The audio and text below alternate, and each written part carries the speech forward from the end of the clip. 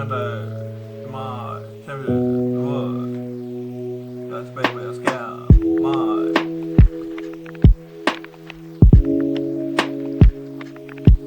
Det er godt. Hold da. Må jeg slukke musikken? Jeg ved ikke hvorfor der er musik. Sådan der.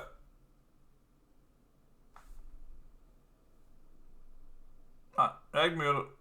Den er cirka 3 gange. Nå, okay, super. Jeg ved ikke, hvorfor den er.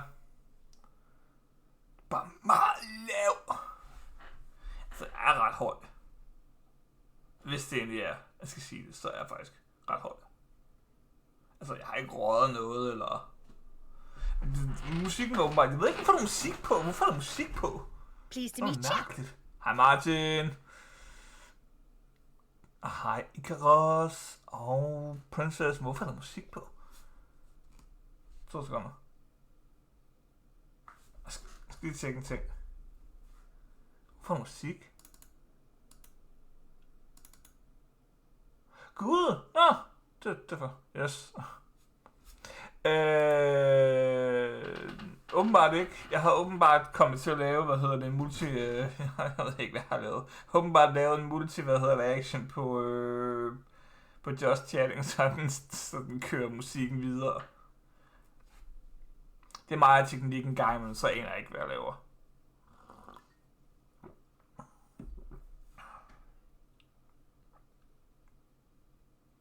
Vi skal spille spil.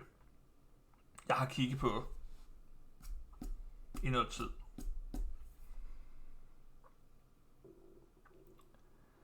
Så er det som om jeg spiller for første gang. Det kan også godt være, at det er det mentalt. Blinker mit cam ikke meget?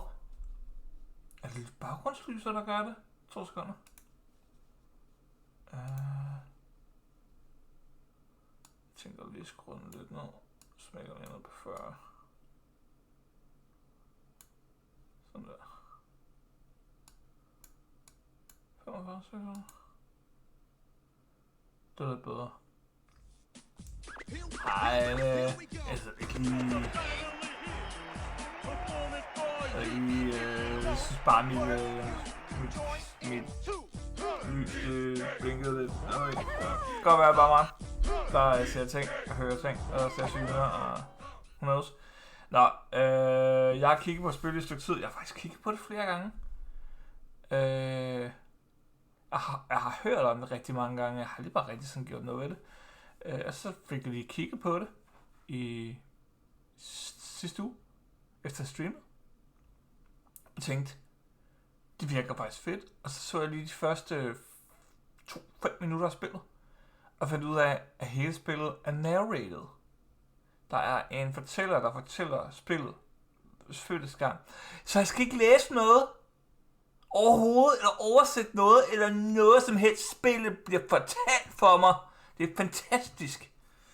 Så det skal jeg spille. Det hedder Bastion. Og det ser faktisk ret fedt ud. Gameplay-wise ser det faktisk okay ud.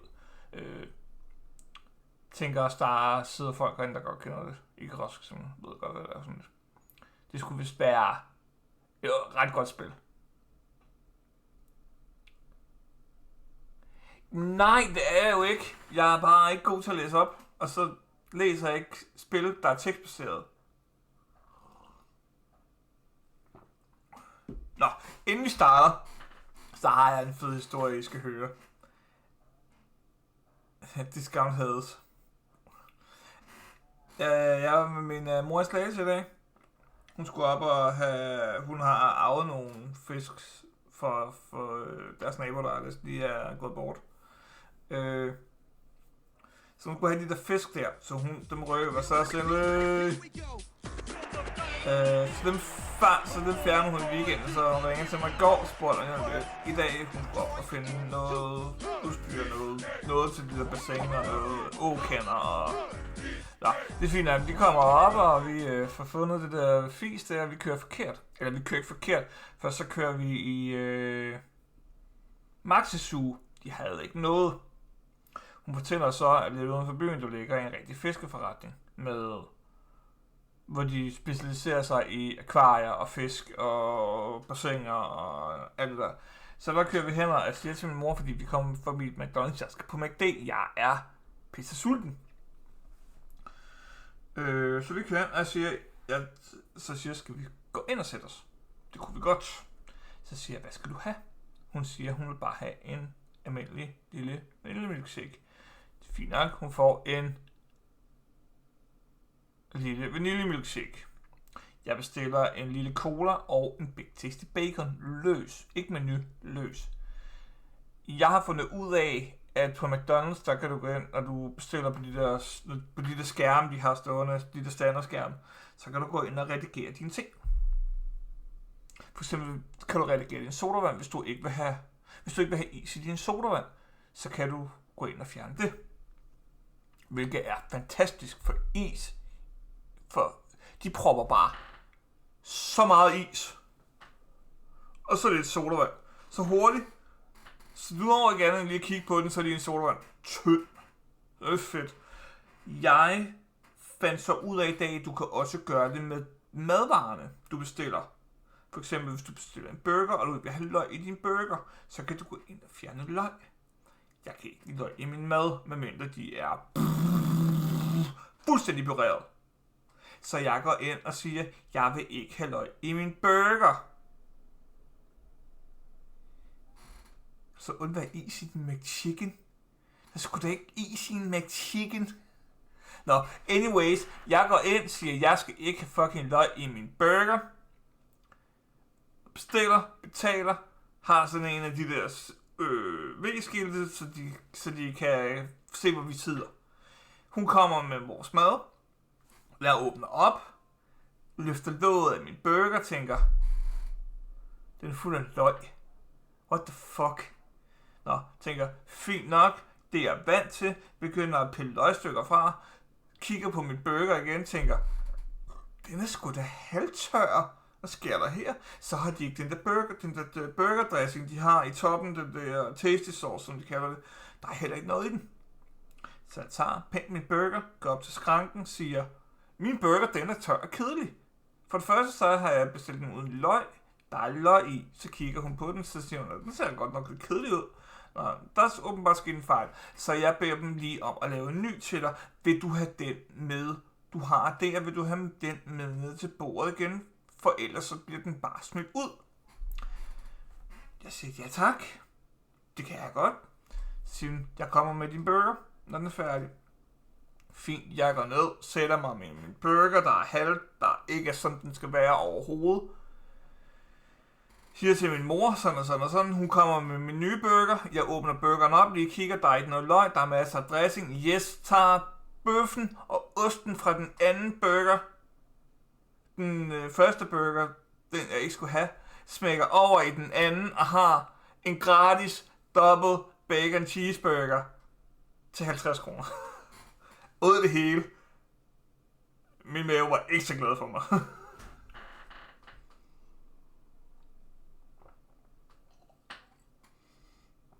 Så fik jeg lige en gratis burger, fordi de havde fået op.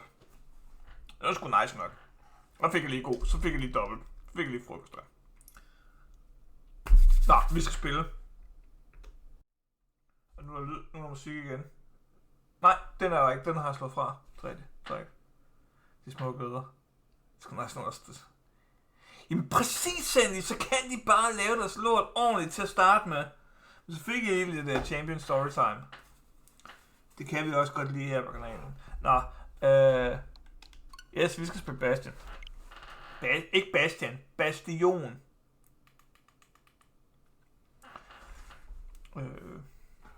Det glæder jeg mig til at spille. Jeg glæder mig faktisk rent faktisk sindssygt meget til at spille det. Jeg håber, I har haft en stille og rolig mandag. God start på ugen. Det har jeg. Jeg har været slags, og så har jeg været til samtale på kommunen. Det skal man åbenbart 4 gange på et halvt år, når man er sygemeldt. Så det var jeg første gang i dag. Så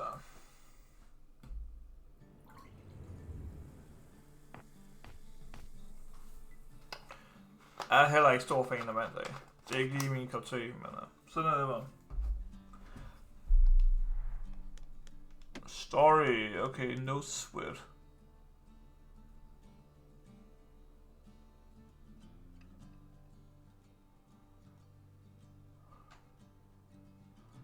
Start a game with ultimate chances to carry on if defeated. Jeg tænker, vi tager normal mode, så ikke lige pludselig klar kommer nogen og siger, champion, det er twisted mode. Hvad spiller du? Proper story is supposed to start at the beginning. Ain't so simple with this one. Now here's a kid whose whole world got all twisted, leaving him stranded on a rock in the sky.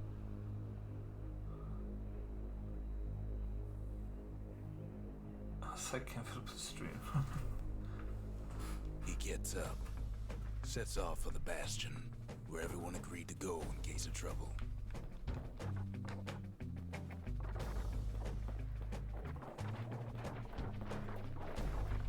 Ground forms up under his feet as it pointing away. He don't stop to wonder why.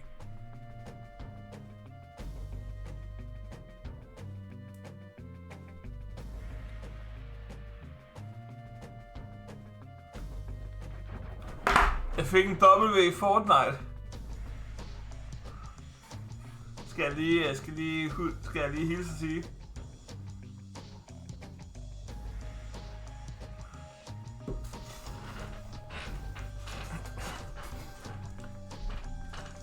Nå, inden jeg går videre, skal jeg altså ret meget chat i dag. Det er super lækkert. Ikara siger, jeg kan godt lide mandag, fordi Champion streamer.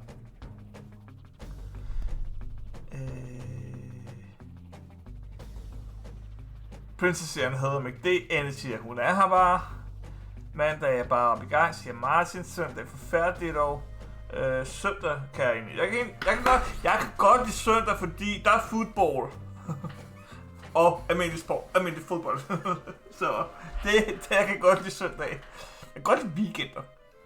Ellers må du ikke gennemføre på stream. Okay.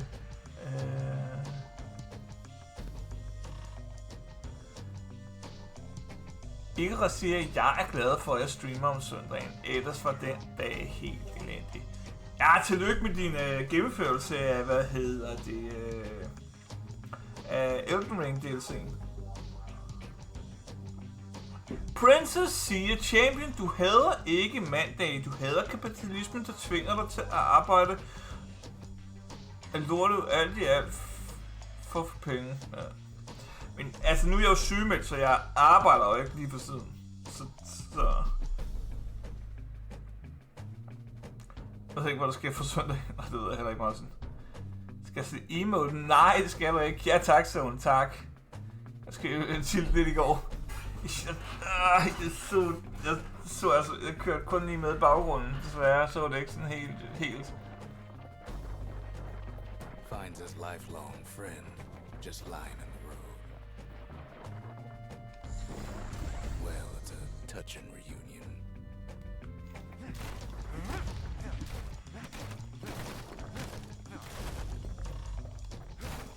Alright. Jeg kan... He falls to his death. Godt, okay. I'm just fooling.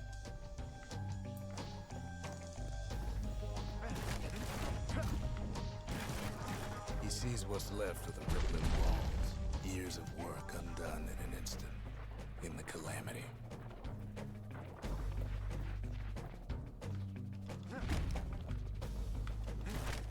Er det bare mig, eller er der ikke lidt Matthew McConaughey over det der narrator? Jeg sidder bare og venter på, at han siger, alright. That a survivor? No, ma'am. It's a gas fella, forced out from underground. Kid pops him good. Fella got a piece of him, though.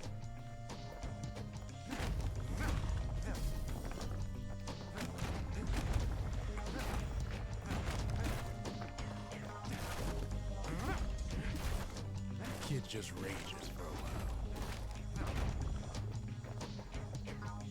An old repeater falls out of the sky. Ain't a gift from the gods, but it'll have to do. Gotta hold her still, 'cause Spin up the chamber.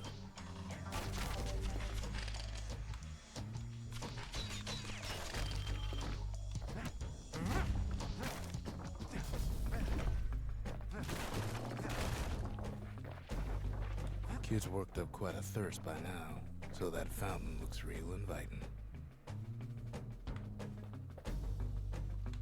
Sometimes you just need a drink.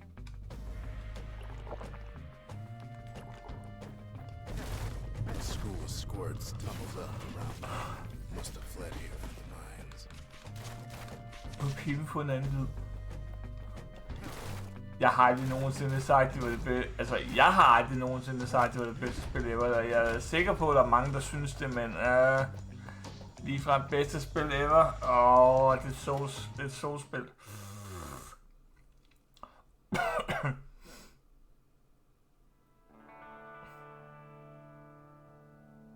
He sets foot inside one of Celandia's famous watering holes. Inside's old Rondi, the bartender. The calamity got him before his drinking did.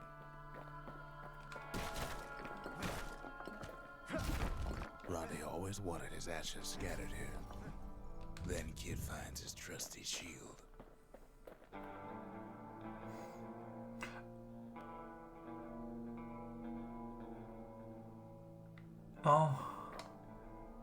Så er jo alt, som det plejer at være, Princess.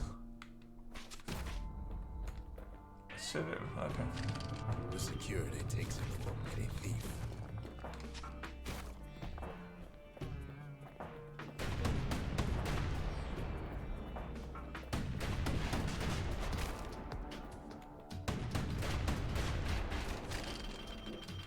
Clang.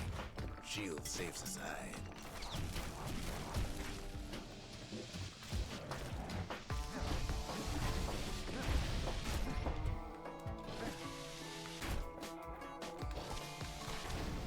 Windbags start turning up for last call.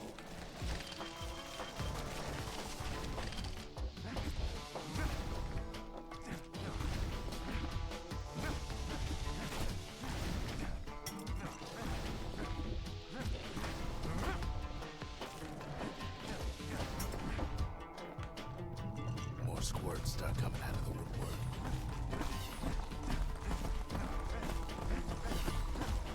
Big old fella pops out in front of the kid.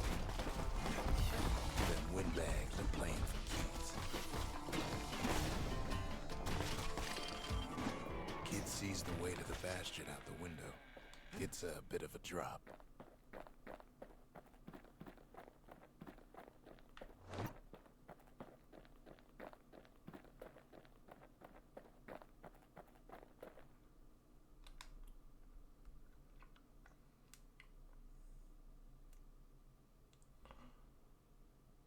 Forkert! Princess, du skal være sød mod Icarus. Han kan ikke gøre for, at han ikke kan lide Souls-spil. Altså.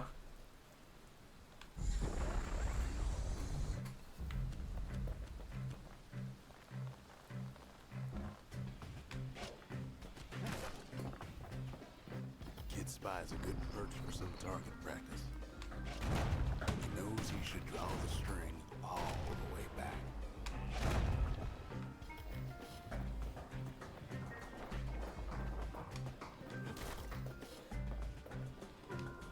The kid pockets a memento from a breaker, once the fastest man in the land.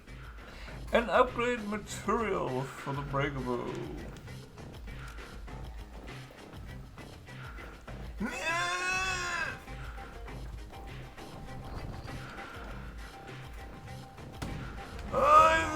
De driller!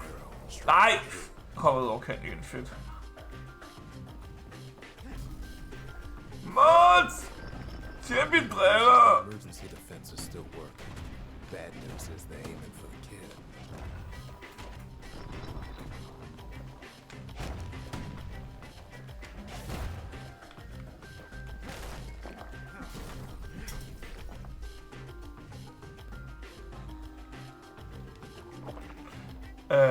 Jo, Princess. De er dårlige spil. Picks up a few pointers from a a steel tone. He's a mighty fast learner.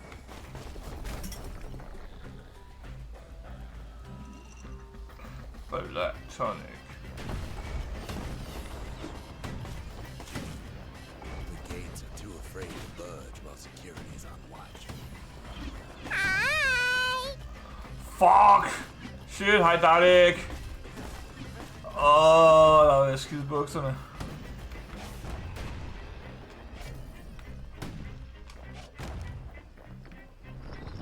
He finds the distillery right next to the arsenal.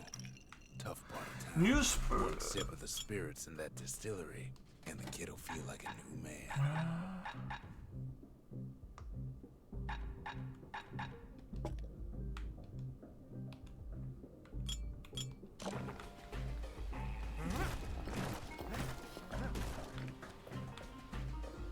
The arsenal's where the kid can pick the best tools for the job.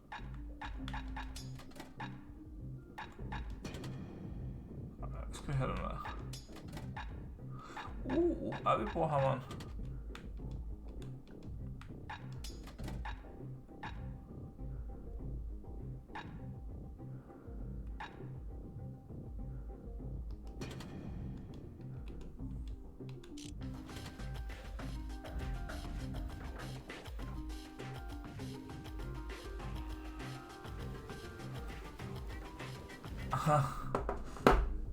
Der er ikke sider og slapper af i Oslo med dansk stream, svenske biler og norsk urge.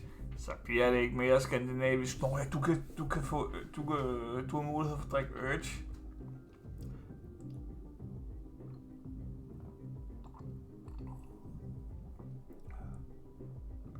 Ja, det var Colgate.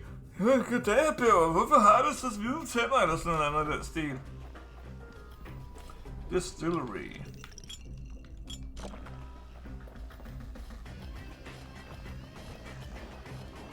Den er lidt så god, så jeg husker det.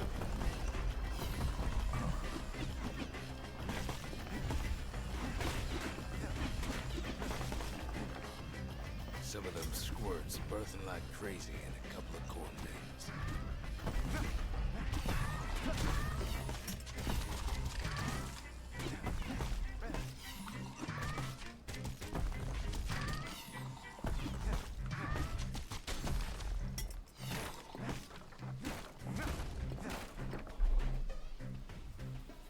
Stærke tænder. Det kan også godt være. Det kan også godt være det der.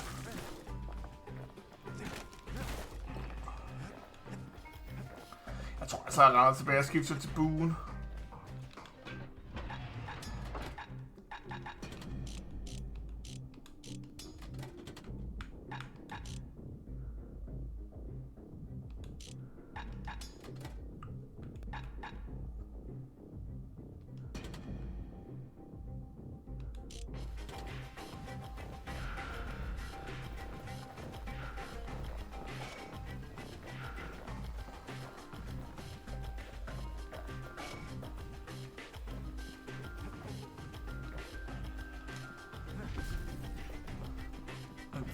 Det er roguelike.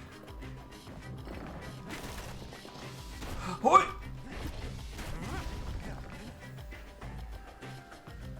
An old ferry barge sends the kid on his way. The Bastion's real close now. Jeg sur Coca-Cola droppede den bare fordi den... Ja, det er også super nederen, at det gjorde det.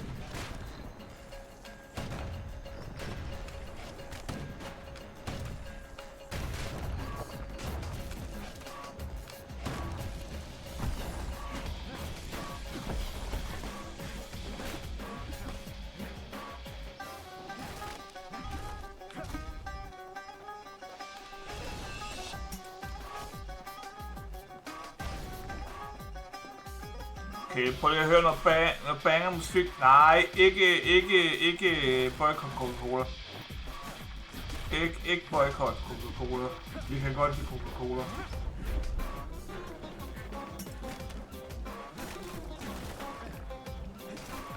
Princess, vi kan godt lide Coca-Cola. Så vi boycotter ikke Coca-Cola. Nej, Something heavy. Kid takes a chunk of alloy. Smell of barley and spoiled blueberries fills the air.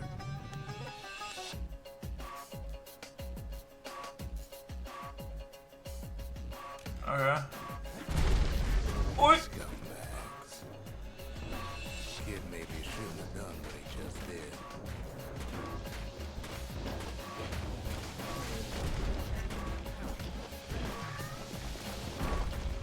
Ej, du skal ikke heal. Du skal ikke heal. Oj, den er stor.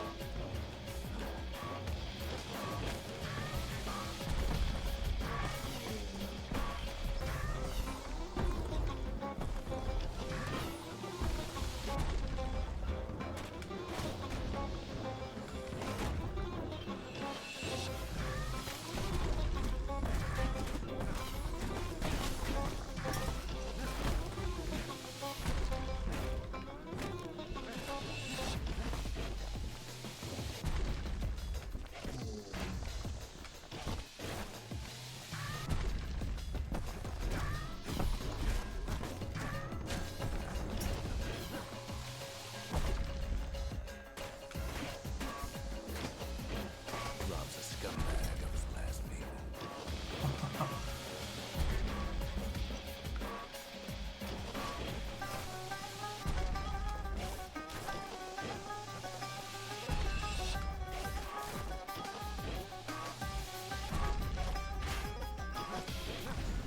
Sådan. That is misery.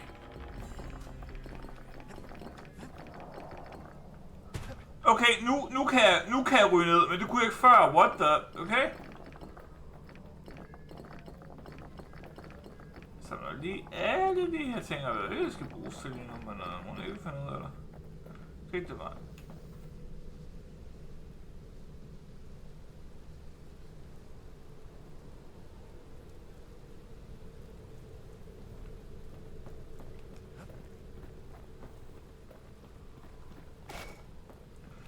Jeg faldt for det her spil, fordi jeg synes, det, Or to the Wolf District. fordi jeg synes, det er fedt, at der fortæller i The spillet. city's heart. Might as well.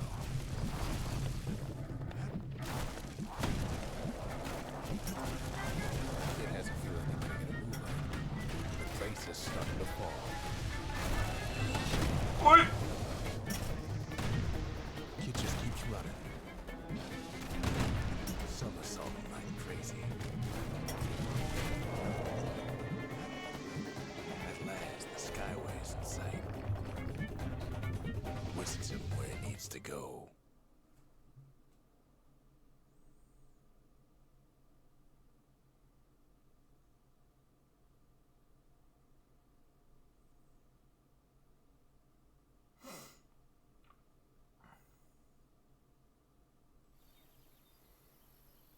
Now the kid sees something stranger still. His mind races. Bastion. Did anybody else survive? Sure enough, he finds another. He finds me. We talk for a spell. There's a bit of the Bastion's power in that crest, enough to point the way to the cores. All I tell him is to set that core of his on the monument there, then watch.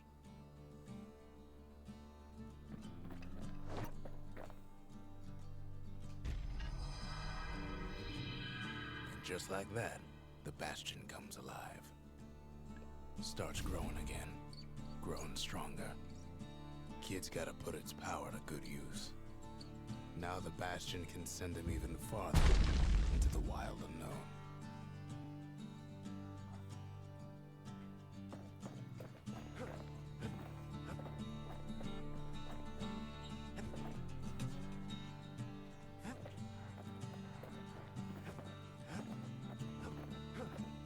The Bastion ain't gonna build itself. Well, not entirely.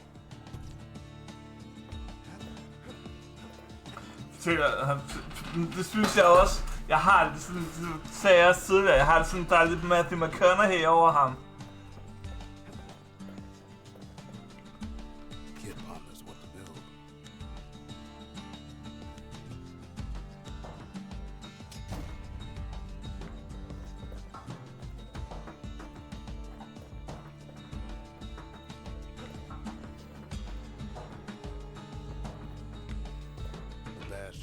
place of peace, but we can hold our own if we have to.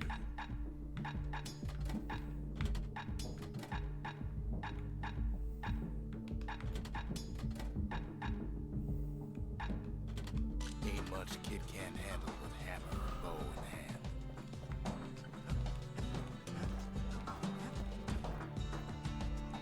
Ain't always much to say.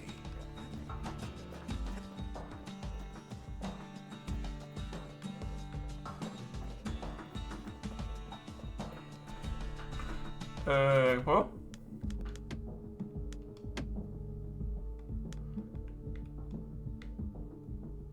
Nej, men jeg kan skrue ned for effekt, og music.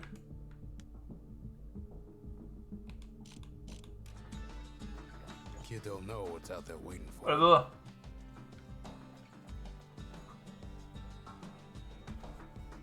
Lig du siger nu er det mig, Mads, som er fortælleren i Bastion.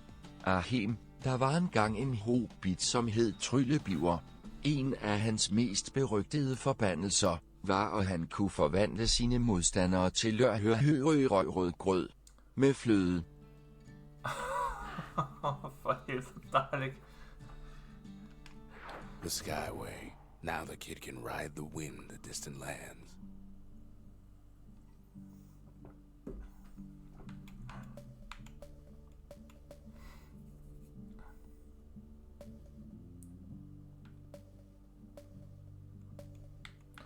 Okay, der kan jeg... Der kan jeg så komme hen. Fly. Vi hopper herhen og ser, hvad der sker her. Nå! Folkens, ny start på ugen. Hvad skal folk lave af spændende ting i løbet af ugen? Jeg ved, der kan han Norge hele ugen. Now he lands at the intersection between bad and wrong.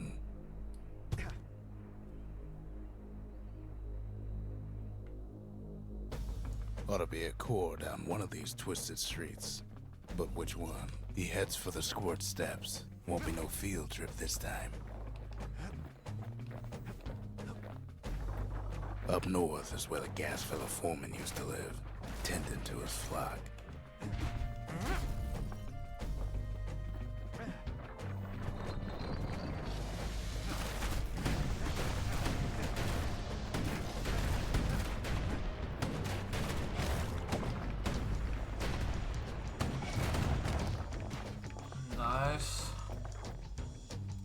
Det var videospil. Det var det skulle et eller andet med et videospil. Det lyder sindssygt godt.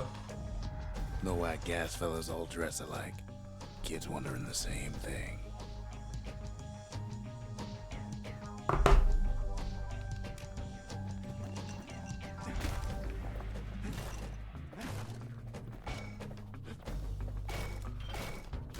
Ej, det skal jeg simpelthen. Better watch his step.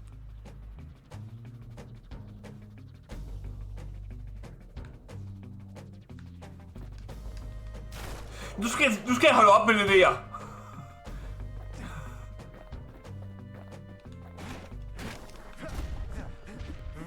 Anne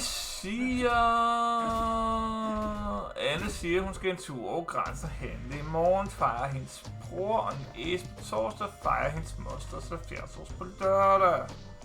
Puha, det er en familieoverdosis efterhånden. And there it is, but it's locked down tight in an alloy cage.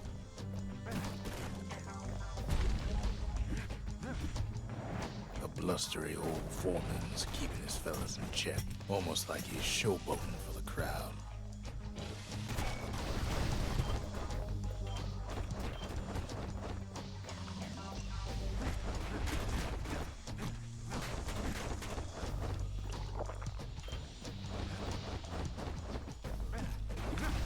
And now there's a new marshal in town.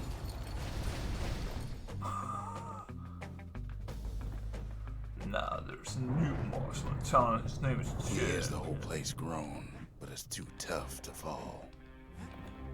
Might as well check the other side streets before leaving this hole.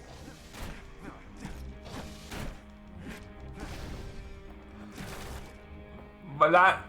Ikke at jeg lytter til, hvad de siger, men hvor lang tid tager... Hvad står der på How Long to Beat? Sådan cirka, bare så jeg har sådan cirka...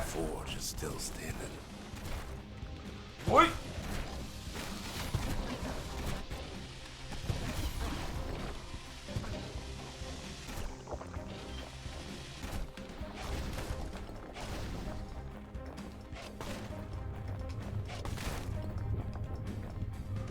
Inside the forge, Key can fine-tune those instruments of his.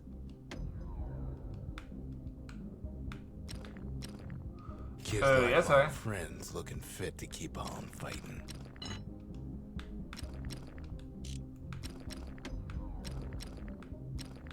With a good length of miscut, that bow's like new again.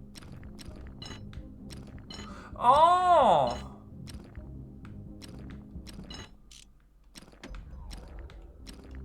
Jeg vidste den der sang.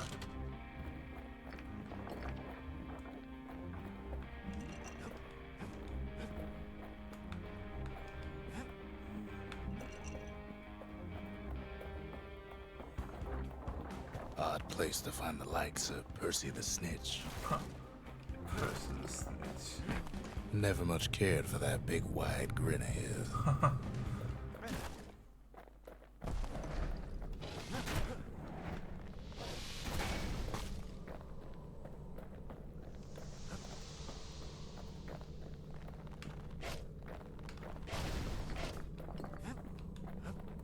He heads for the biggest dump in town, Scumbag Alley. Scumbag Alley. Think det er Diagon Alley.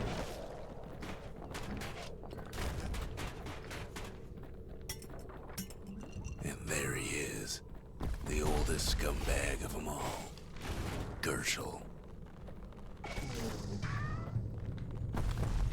The Calamity ain't done much for Gershel's sunny disposition.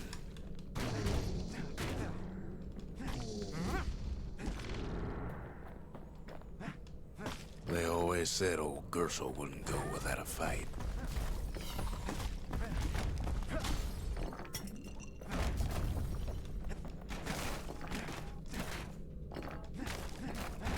The rest of the path is gone for good, and his city crest won't bring it back. Nej, det er Matthew McConaughey.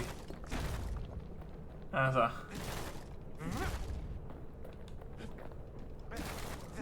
Lige om lidt, så siger han, alright. Altså, jeg har ikke spillet Max Payne, så jeg ved ikke, hvordan han lyder. Det er derfor, jeg ikke agerer ret.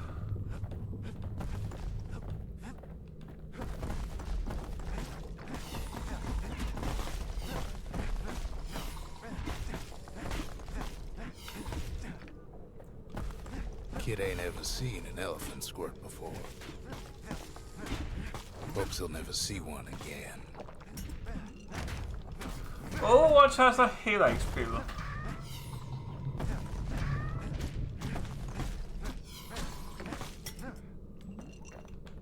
They say even the most rambunctious squirts can be tamed. Squirts don't make the best of friends, but they can be useful at a pinch.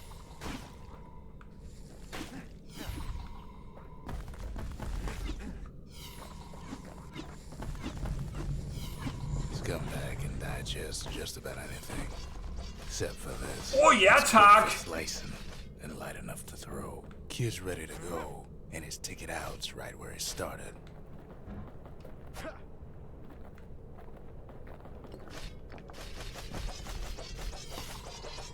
Jeg må se gratis katana!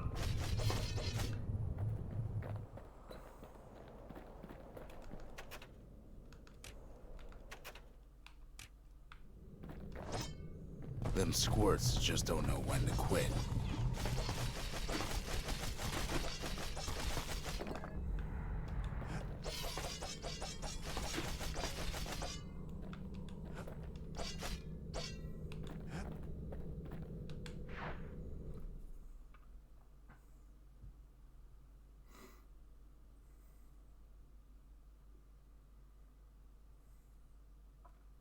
Er det Matthew, drengen?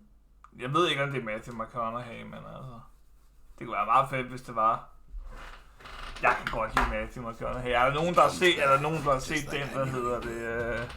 den sketch med, hvad hedder for SNL, hvor hvad hedder han, Jim Carrey efterligner Matthew McConaughey. Den er fucking sjov. The windbags used to be all right. Then the calamity took the floor out from under him.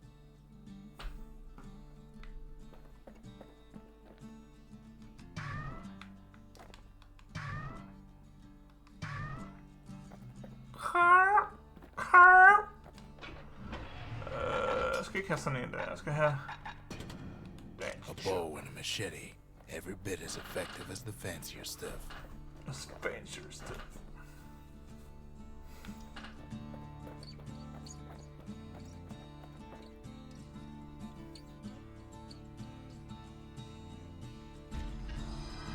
Kid does it again. Only fair he decides what we build next.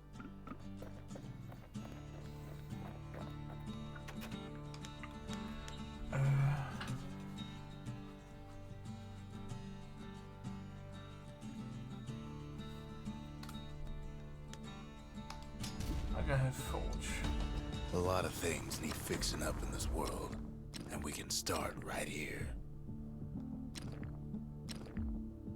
The little Zolwood oil and that blade shines like a light.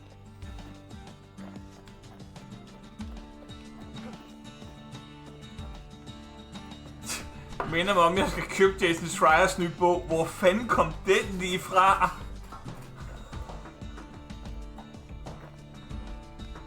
Picked up traces of other cores while the kid was out. The Breaker Barracks. Many straight shooters learn their way here. Han er Blizzard. Nå. Ja, okay. Så giver det bedre mening. Used to come here for target practice. Used to play a little game. See who could bust the most targets and the fewest shots. He's focused, he's armed, and he's off.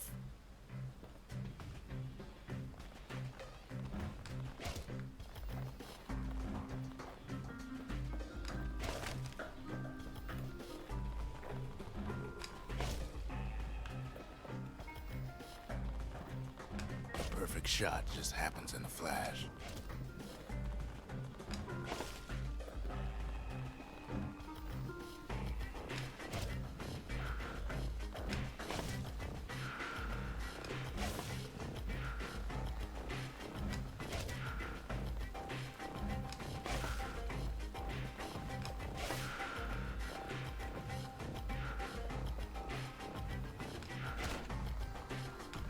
Kid ain't done bad at all.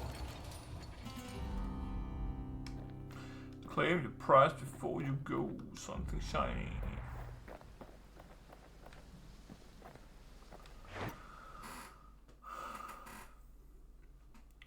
Det ved jeg ikke. Jeg sgu ikke EA, eller... Det ved jeg ikke.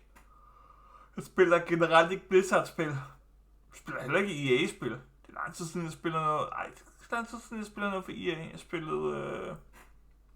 He returns with some of the materials we need.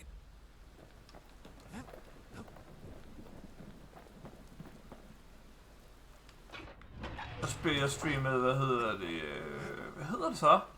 Hvad er det hedder? Dead Space for helvede også.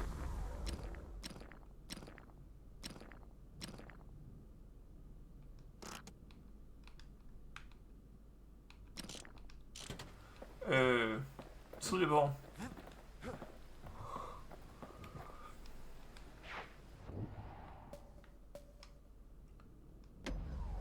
Homebase, det her. Så skal vi tager kort til Sunpad.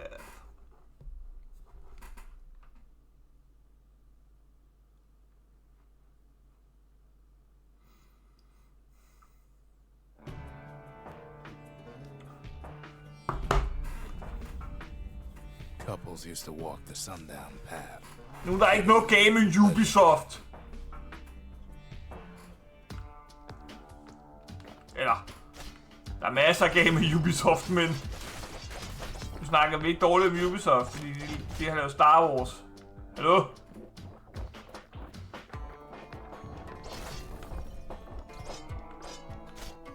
But then... Deep Space. EA har lavet dårlige Star Wars-spil. Jeg tror ikke, EA har lavet et godt Star Wars-spil.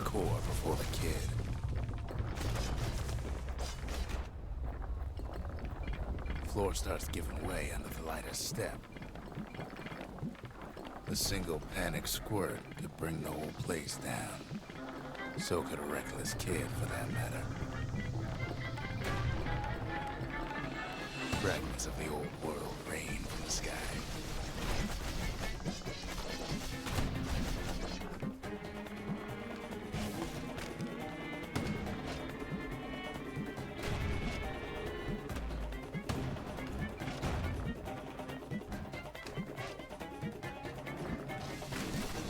Quick and careful is the only way to go.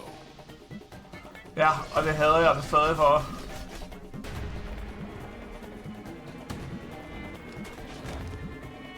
Det kunne have været så godt, det spil.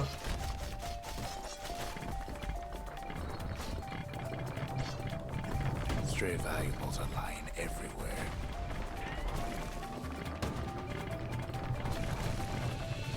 Security is all fired up.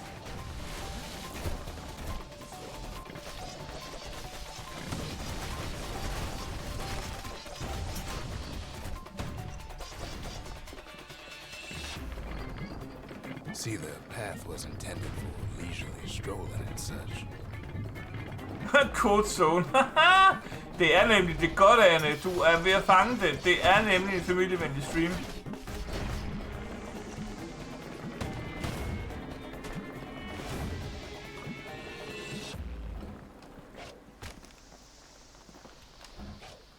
Jeg siger ikke til noget streamerne, de også baner på morfer. Sky bridges link the path together.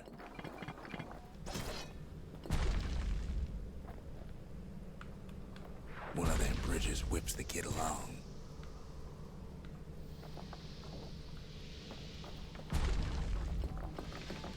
Finds a spyglass, like the ones they'd use to search the stars.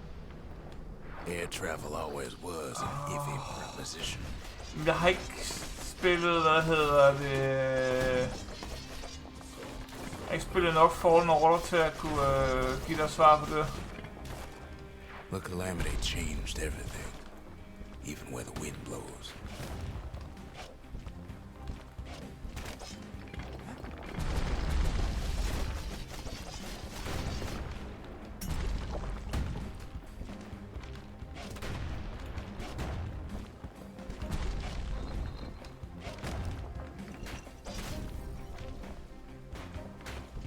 Well, if we mastered the winds in the old days, we can do it again. Who else could have taken the core?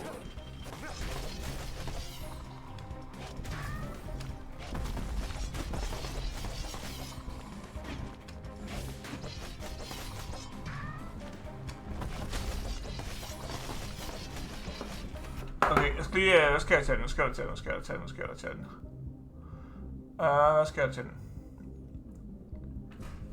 I diskuterer EA og Activision, de aflyste Star Wars 1313, ja. For EA, snak pænt til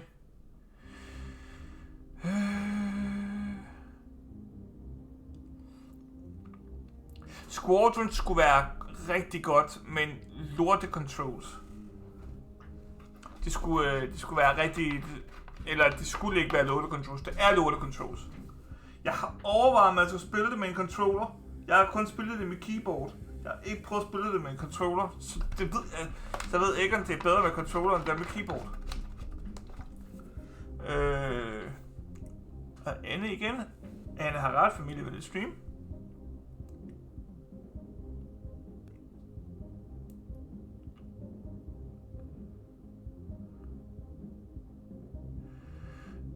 Fallen Order er EA, mener.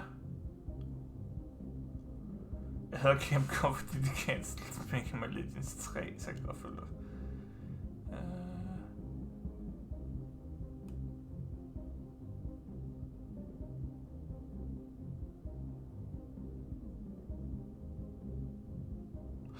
Jeg har ikke spillet Fallen Order. Ikke helt igennem. Jo, det første, hvad hedder det første Star Wars, hvad hedder det, Jedi? Er det Fallen Order eller Survivor, der er det første? Det kan jeg aldrig huske. Ja, Fallen Order. Jeg har spillet, jeg har spillet Fallen Order. Jeg er i gang med Survivor. Jeg har spillet Fallen Order, er sindssygt godt.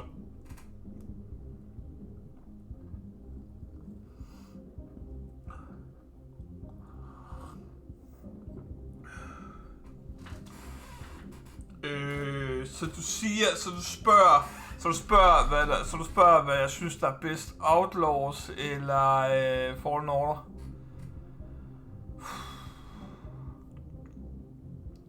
Det er jo to vidt forskellige slags typer spil.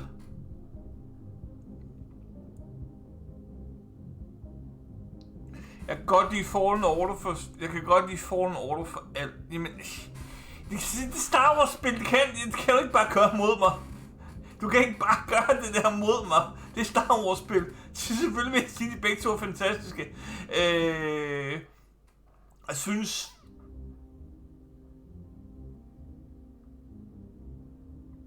Jeg ved ikke, hvilken af det, jeg skal sige, der er bedst. De er begge to gode hver sin på. Outlaws er middelmådigt, hvis du ikke er hardcore Star Wars fan. For det cater rigtig meget til de hardcore Star Wars fan. På grund af historien. På grund af nogle af de steder, du kommer hen. Nogle af de karakterer, du møder i løbet af spillet. Det er det, der gør... hvad hedder det. Og det ikke er, som Stanley siger, at det ikke bare fucking Jedi's, der render rundt og slås med et lysværd. Men det rent faktisk er en karakter, der er...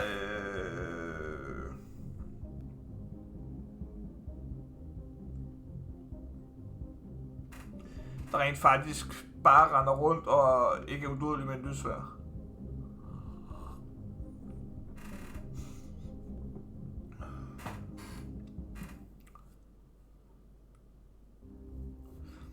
Jeg synes jo, det er godt, fordi jeg er hardcore Star Wars fan.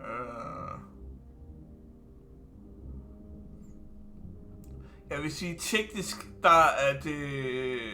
der struggler det. Hvilket jeg blev mest underholdt af.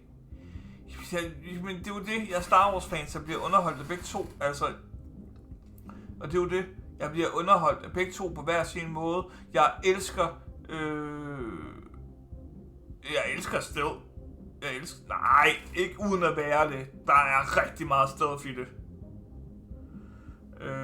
Jeg kan godt lide begge spille på grund af, at de er på hver sin måde.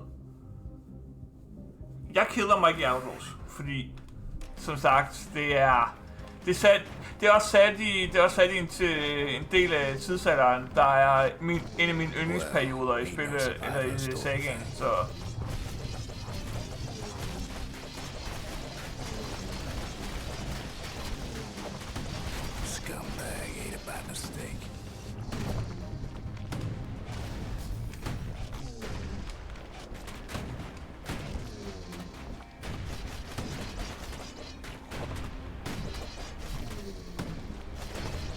Tough break. Unlike the kid, that core ain't coming back. Der er ting, der skyder på mig. Hjælp.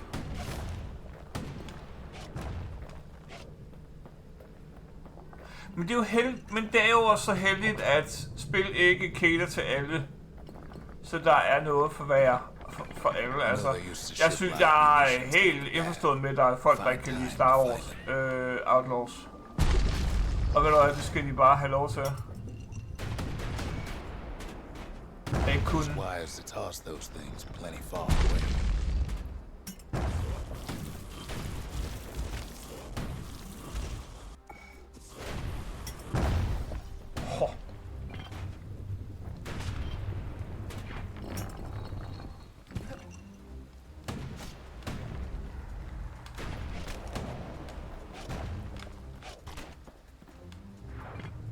Heal!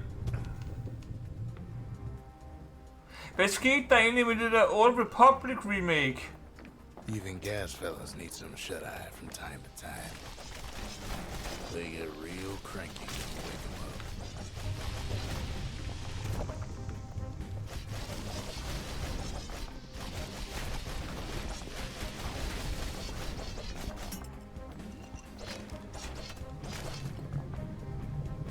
Så det er et spil, jeg glæder mig til. Der er kraftigt spillet etteren en rigtig meget. Jeg har spillet toeren, synes etteren var bedre end toeren. Der er sjovt nok, der kunne jeg godt lide turn-based. Fordi der er Star Wars. Who else could have survived the calamity?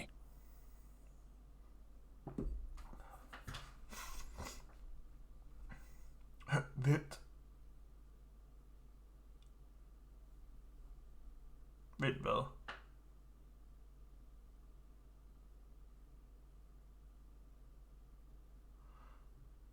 Du sagde lige, der var Star Wars, du ikke kunne lide. Huh? Har det? So we didn't find the core that time, but that ain't about to stop us. Hvad? Jeg har da ikke sagt, der ikke er noget, jeg ikke kunne lide. Hvad har jeg sagt, jeg ikke kunne lide? We could always see the stars. We just never could reach them, no matter how high we built.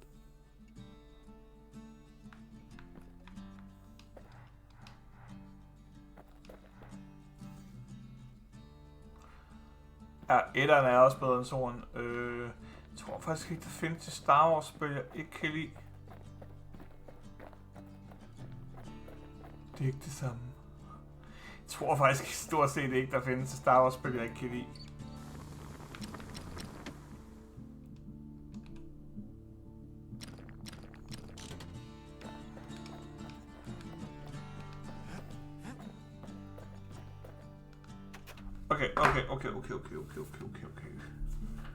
Okay.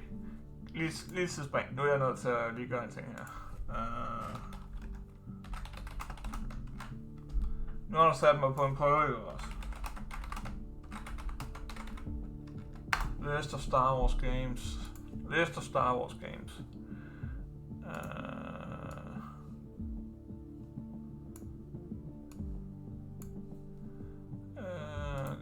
Så har jeg chatten der. Shadows of the Empire har jeg spillet åndssvagt meget på Nintendo 64.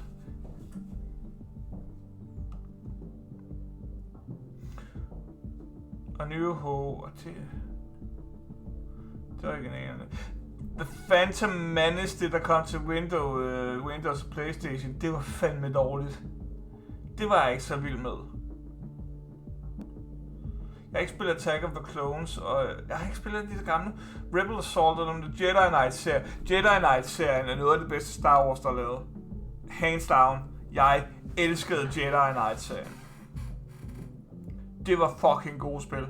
Jedi Academy, Jedi Outcast, Dark Forces 2, Dark Forces.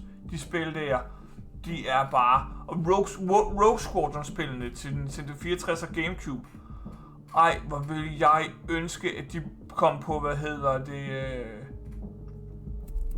de kom på igen, at de kom på eShop, nej ikke eShop, på online.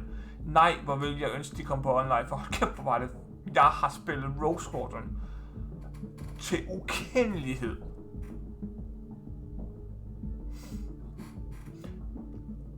De gamle RTS, hvad snart tænker du, Galactic Battlegrounds? Det er altså også bare Galactic Battlegrounds har jeg spillet så hjernedødt meget. Mig og en kammerat. Vi sad en gang imellem og holdt i LAN. Way back in the day. Så sad vi nogle gange, og så tog vi, to hardest CPU'er, og så smadrede vi dem bare så hårdt. Man døde lige et par gange, og så lige pludselig så fik man en, hvor der var 2 mod 1, hvor der var 2, og vi var 2 mod dem. Og så fik de bare prøl. De der hardest CPU'er, de fik bare bank. Battlefront-spillene var også okay. Battlefront 2 og Battlefront, dem der blev lavet af EA, det der blev lavet af DICE, de var faktisk okay. Der spillede jeg både 1'eren og 2'eren en del. Empire at War, det var også der til, det var faktisk også rigtig godt. Jeg har spillet OG. Jeg har spillet både 1'eren og 2'eren af de gamle. De var altså også okay. Force Unleashed. Det var fede spil. Det var rigtig fede spil. Dem kunne jeg godt lide.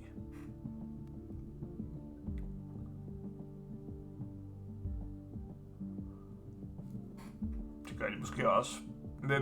Men du skulle tænke på, hvem der sidder på Star Wars-franchisen lige nu. Det var EA, der lavede Galactic Battlegrounds på, de lavede det på, nej, det var ikke Galactic Battlegrounds, hvad fanden der lavede dem? Det var LucasArts. Det var LucasArts, der lavede det back in the day. Og de kørte på Age of Empires engine. Det er rigtigt, det var mens LucasArts de stadig lavede spil.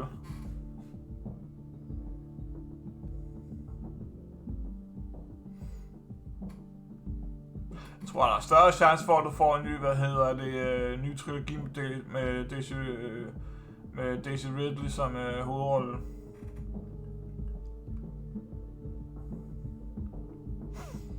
Jeg skal også have spillet Jedi Survivor færdig på den tidspunkt. Nå.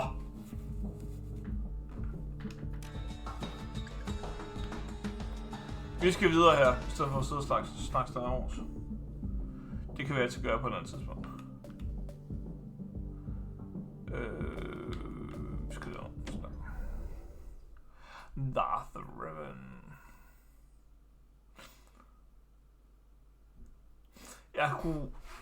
Jeg kunne sindssygt godt tænke mig at spille, MMO, Star Wars MMO. Jeg har bare ikke nogen, den der online MMO, jeg har bare ikke nogen spil med.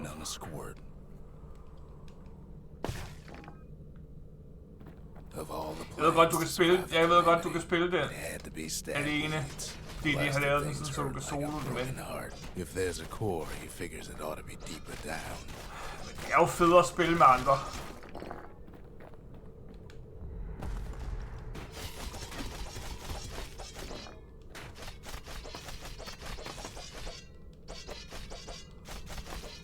Prøv at høre Ekros.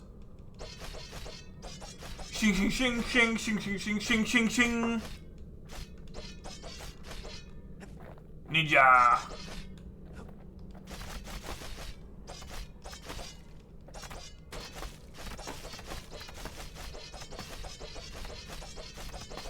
It cuts down every stab weed like there's gonna be a prize for it. Core stuck inside one of those fancy cages.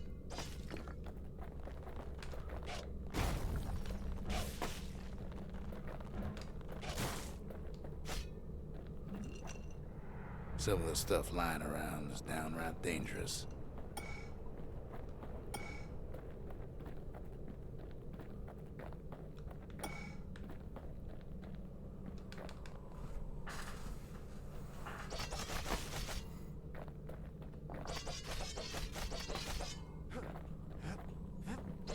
No breaking a cage like that, but the kid tries anyway. Gotta find a way to spring it open. Find a way to spring it open. He throws a switch. Now what could possibly go wrong? Yeah. Quite a bit, as it turns out. The cage starts lifting from the core ever so slow. All Kid can do is wait. Shipments start falling in.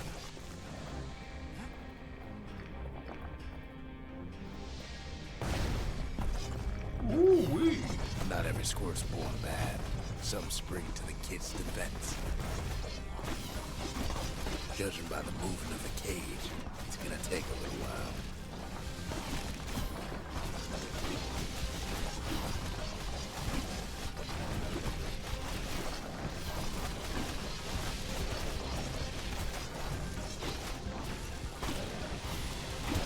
hygger I ellers derude?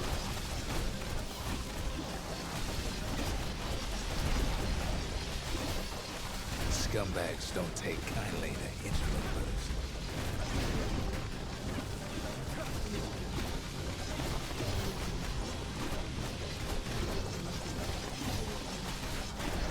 Even some gas fellas take his corner. Heard they pop that mean old foreman.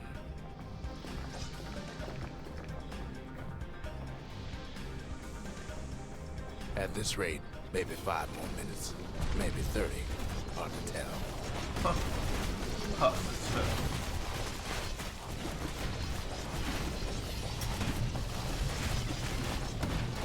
Squirts get real territorial around the core. And then a shipment of free samples shows up. It ain't all bad, as the kid finds some spices from the motherland, tax-free.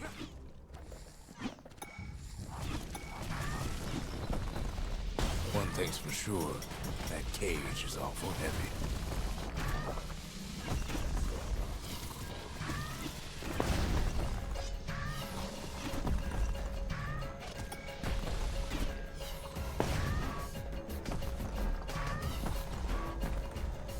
It's a troublesome scene to be sure.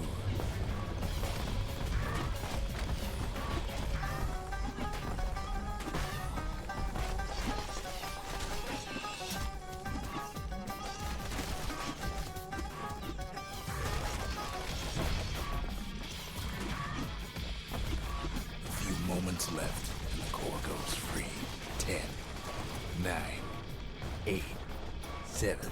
You give or take a few seconds. Finally, the core's within reach.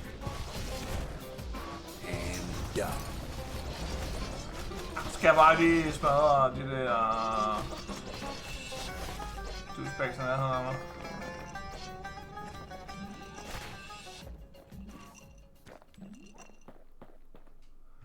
He's got it. Just gotta get to the nearest barge.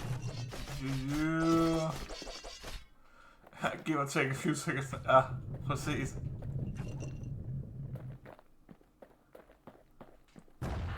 Ja.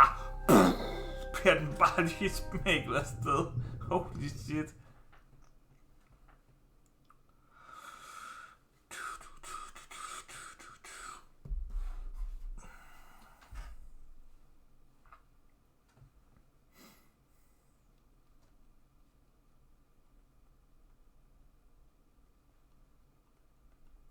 I still remember the look on his face after that one.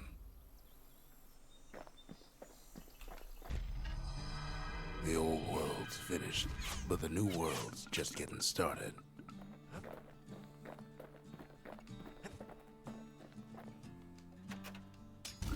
Et distilleri. Makes time to sample spirits from my personal supply.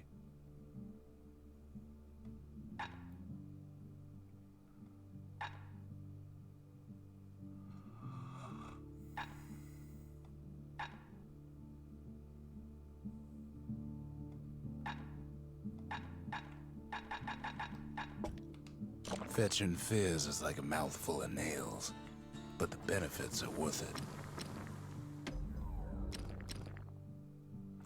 Old fan repeateren. Turns out those old bones still have some spark in them.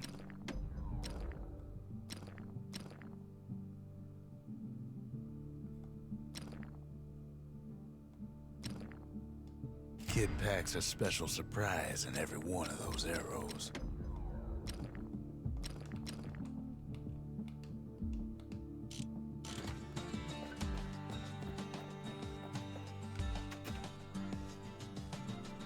Folks voyaged across the boundless sea to found Caelandia.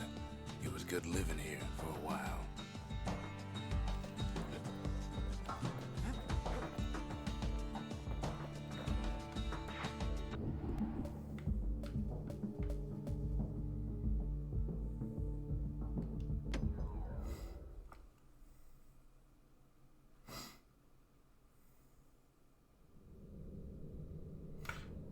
No place better than Trapper Shingle for learning to tread light and shoot straight.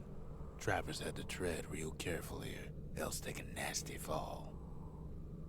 They train themselves by clearing out the targets, while not clearing out the floor.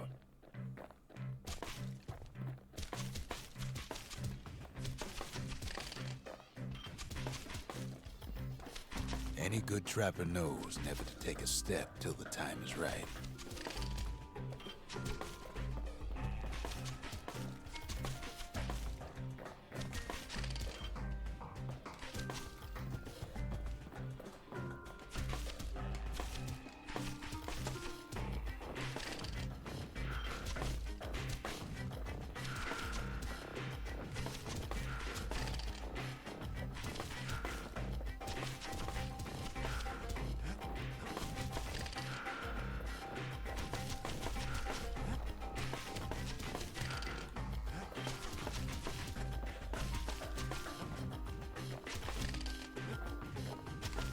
Ej, lort!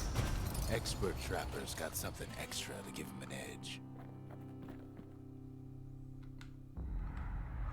Jeg nåede langt op.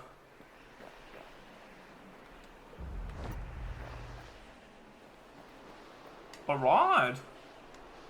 Alright.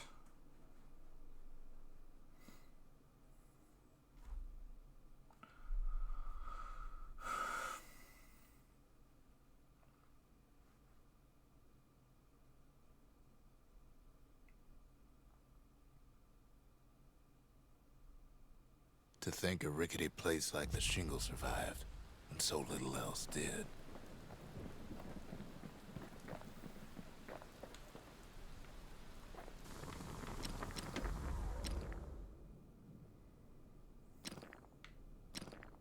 That ought to make those fangs sink in nice and deep.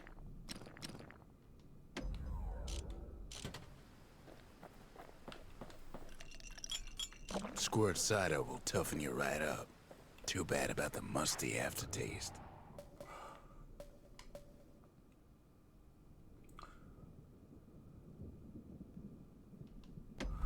Det er nice.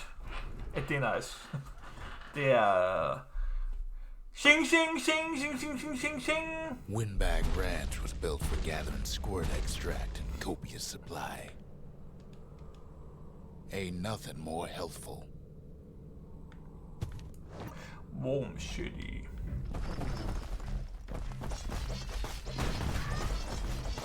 Some folks showed up to make a fast buck with nothing but a knife.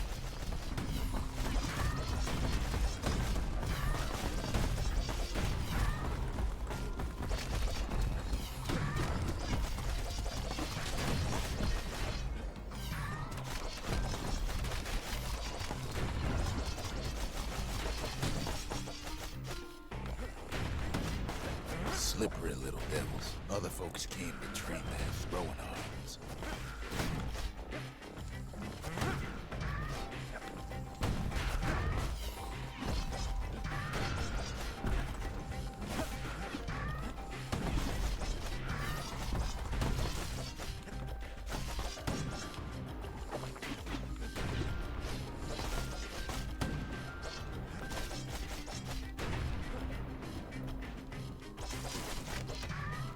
Place gets awful slick sometimes.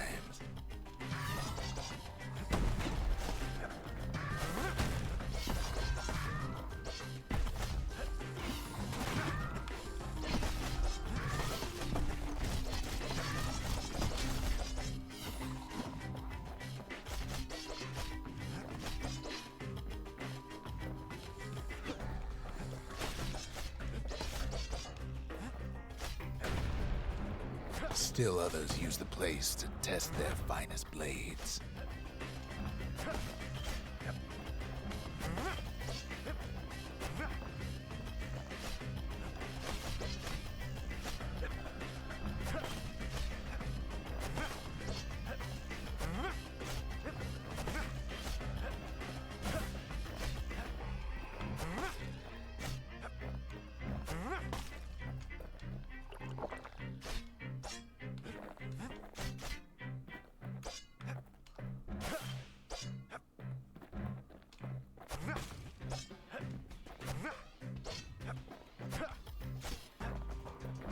Okay. What the? Hvorfor kan I ramme? What? Sådan der. Okay, der får jeg ikke særlig meget ud af det her.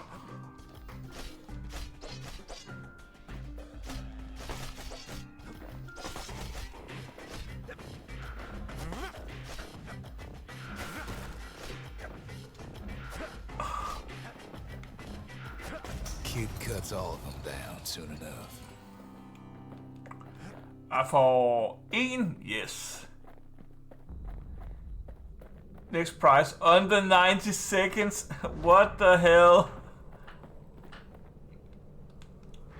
90 seconds. What the fuck?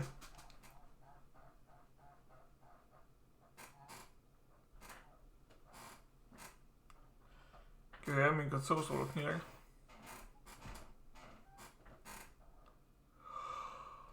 Ej, jeg sad lige i går aftes og kiggede... Kid comes back from Windbag Ranch, smelling good and ripe. Good and right. Okay.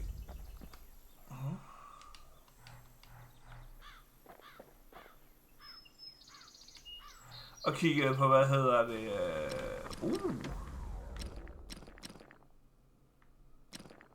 Har han nok? Nej, det har jeg ikke. Blade Patrol. Jeg sad og kiggede på harddisk i går. Bare for sjov skyld og narestreger. Ikke at jeg skal have en ny, men altså, jeg har et harddisk slot tilbage i min computer. Men jeg overvejer at formatere min PC. Og så sad jeg lige og tænkte, nej, hvor kunne jeg godt tænke mig en 4 TB harddisk i min computer. Hvor kunne det være lækkert. The dead welcome him with open arms. En 4 TB SSD M2 disk. Ej, hvor kunne det være godt. Kæft, hvor kunne jeg installere mange spil på min computer så. The calamity took everybody after all. Kid sees it plain, frozen faces all around. You don't much care to see him. Not like this. Oh.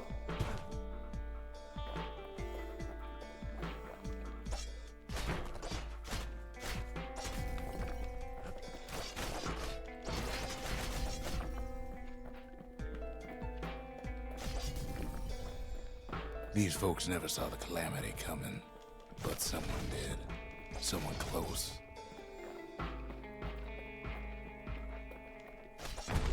Someone who ain't like Mr. Beckley and his kindly wife. It was someone like him. Kid sees him there agape, in the flesh. Hits a snag or two trying to get to him.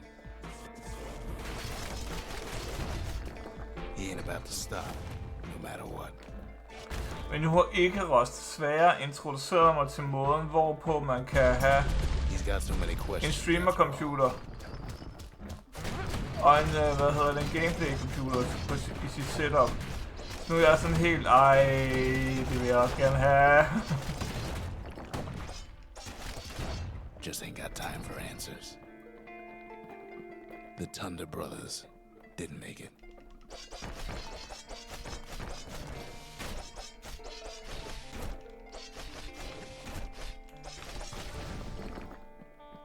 They never saw what it was like. Tak, Iharos, for du har smidt. Nordy the Bird Boy didn't make it. Alle mulige idéer inde i mit hoved, der ikke burde være i mit hoved. The Jawsons, they didn't make it. They didn't make it.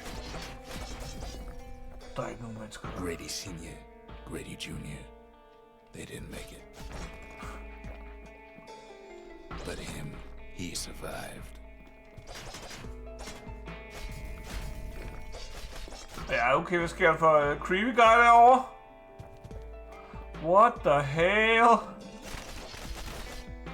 Okay, hvad fuck er det? Kid finds proof enough that man ain't from around here.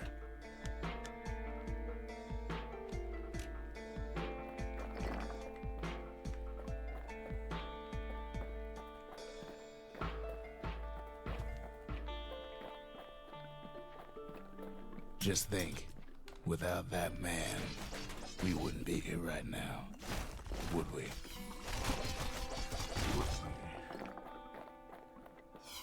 The core survives as well.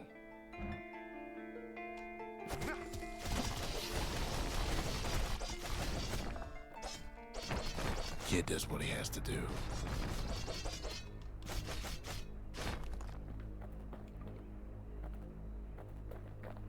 Okay, det lyder faretruende. What do you say to a man who's seen too much? Kid hasn't a clue, but he says this. We have to go. Please. Nice. Nice.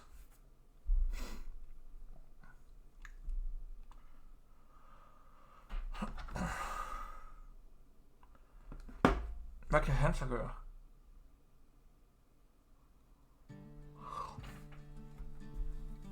He's a proper gentleman, that man.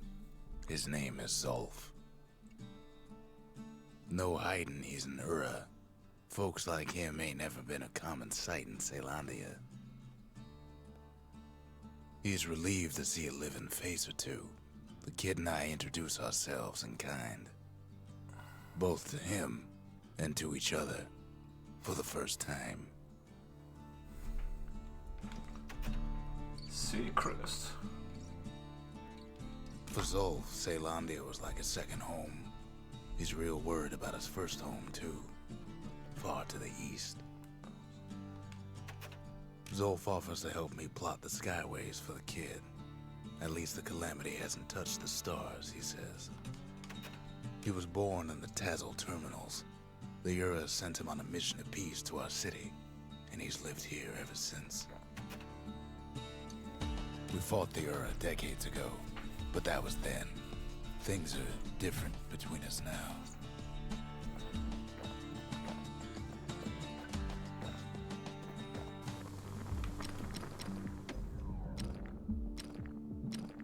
War machetes are so quick, you gotta keep a good grip on them.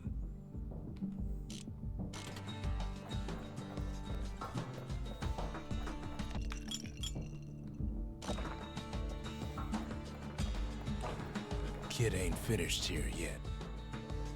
Gud for helvede. Jeg havde en så rigtig... nu har jeg jo noget et eller andet Of derovre. course. They remember. That's why this place is coming together.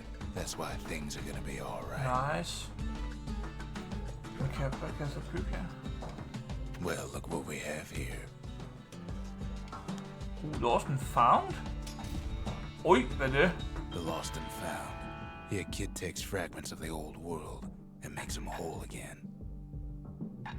Oh, nice!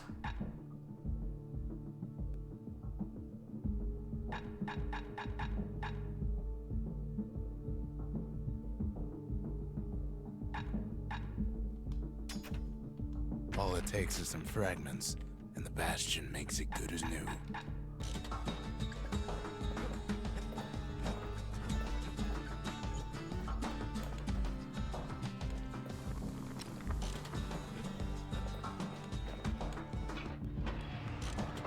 Okay, så kan jeg være her, yes. I tried to let the kid down gently. This is the Bastion, alright. Except no one else showed up.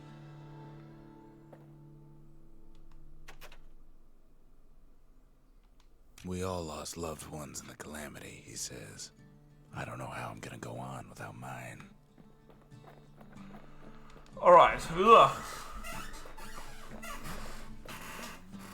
We tracked down a couple more cores near the edge of the city.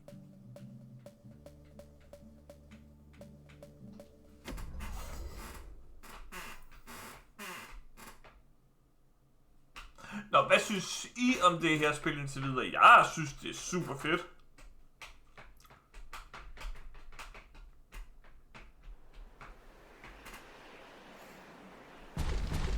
There's only one way to Cinderbrick Fort.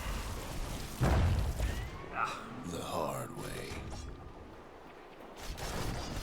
Sure, the city marshals may be gone, but now the fort's crawling with windbags.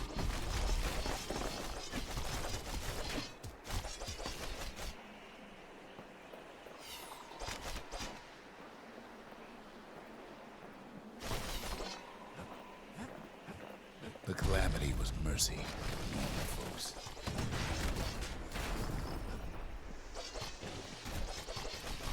The windbags ain't so lucky.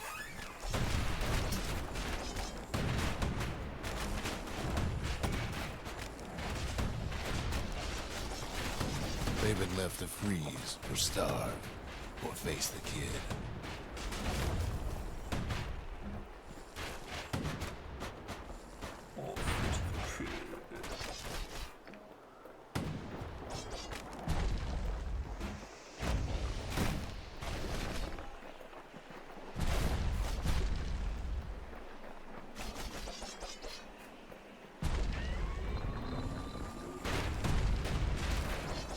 Hatten på de der robotter der, de minder mig som Orko fra He-Man.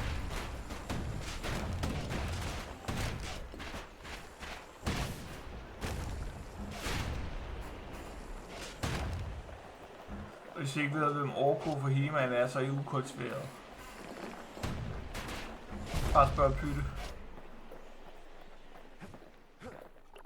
Alle burde vide, hvem Orko fra He-Man er. Well, windbags, young and old, keep fighting for the fort.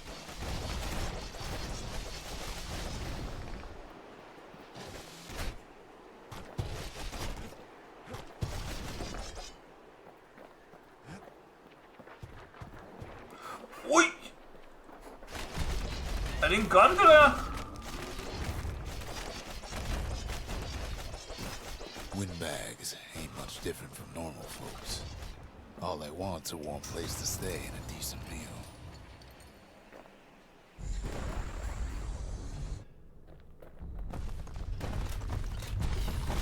Og ja, så er der shotgun!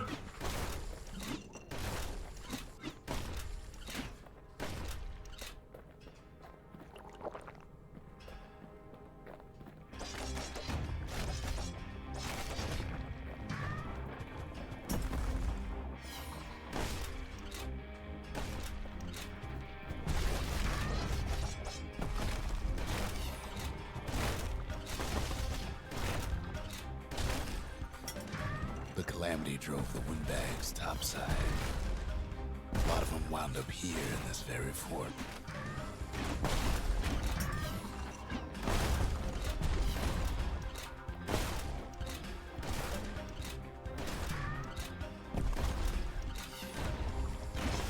I like it.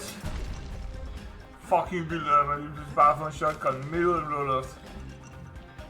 Så er der shot for alle pengene. I like it.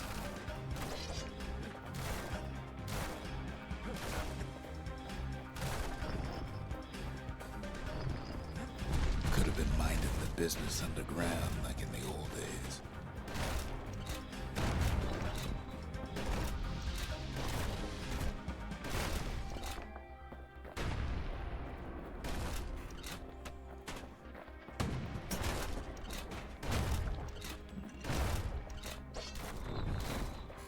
Windbags can't use the martial supplies, but the kid sure can. As for the windbags, Cinderbrick gave them enough heat and metal to munch on for a while. But the fort ain't theirs by right. Can't blame them for wanting it, though.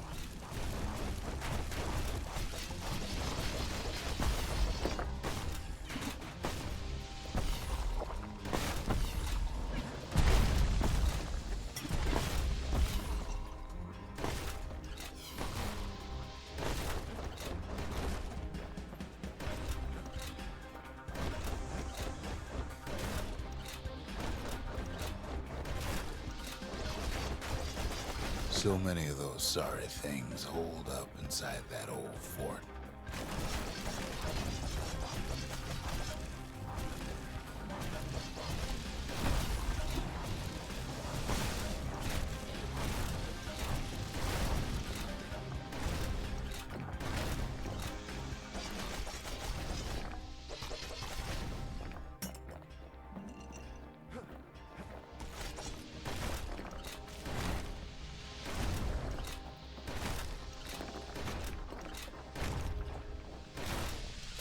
Kid's blasting everything in sight with that newfangled musket. det er fedt, at spillet reagerer på, hvad jeg laver. Det synes, at det er kampfedt, at jeg render og smadrer ting med shotgun, og så fortæller spiller mig, at jeg smadrer ting med shotgun.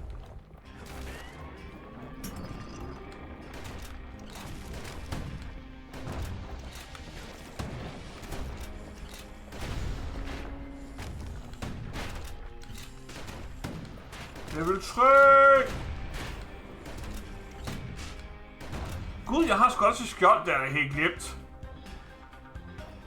Aha.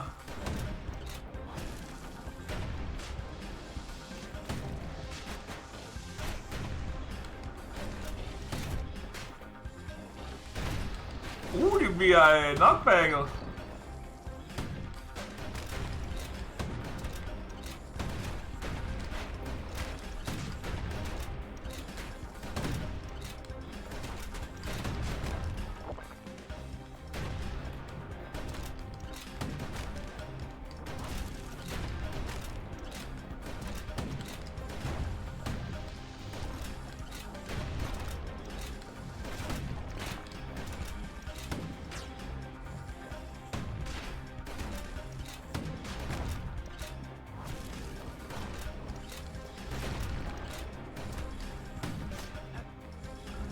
Ja, for helvede, jeg kan også drikke. Times like this, kids glad he packed trip mines.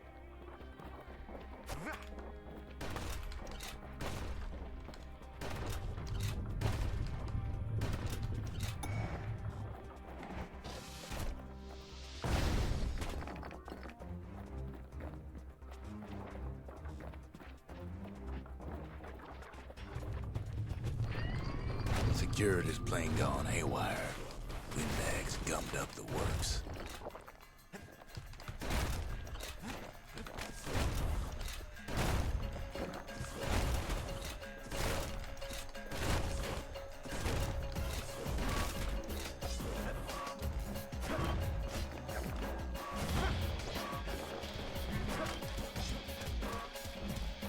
Kid ain't afraid of getting burned.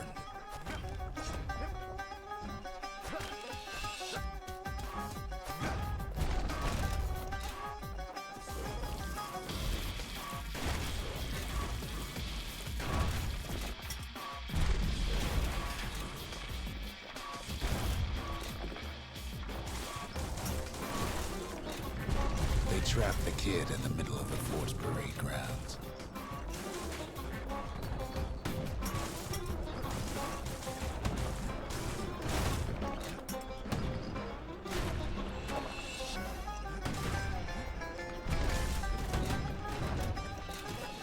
Then they bring out Glutus and Glandon and all their scumbag uncles.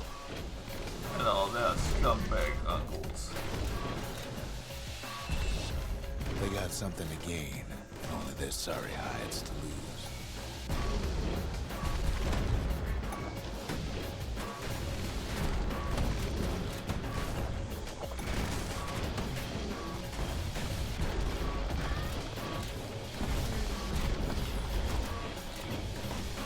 The kid takes down Glutus. Or maybe it was Glandon. The uncles go out with a whimper.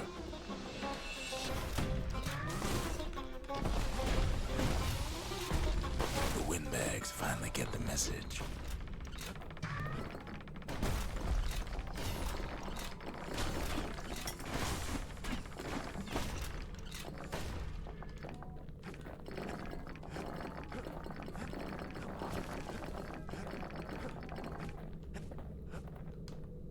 Kid used to dream of getting a marshal's badge, but not like this. And now ain't nothing left for nobody down at Cinderbrick Fort.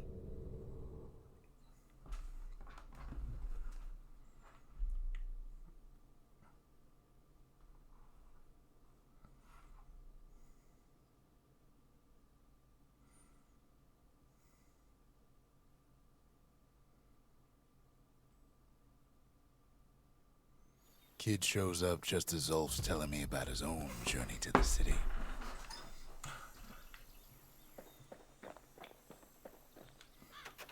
The marshals seem like good men, he says. They treated him with dignity. Zolf brought his antique smoking pipe all the way from the terminals. Seems the only thing the Calamity saved for Zolf was his smoking pipe.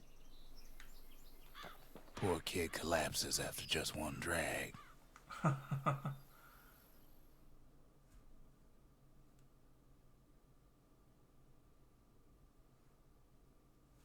Nice. The past. Only good thing ever come out of the past is history. Huh?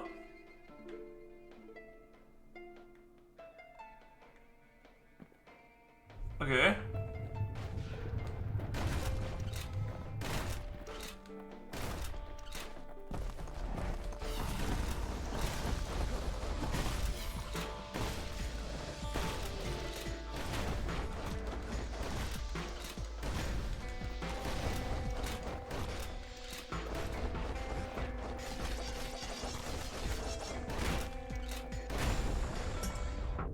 The past catches up with the kid.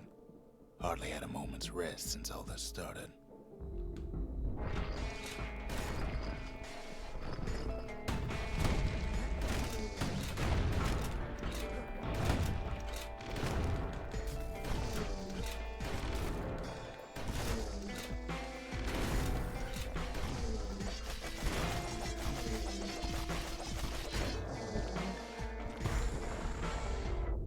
Fair to say he's led a hard life, supposing what he says in his sleep ain't no lie.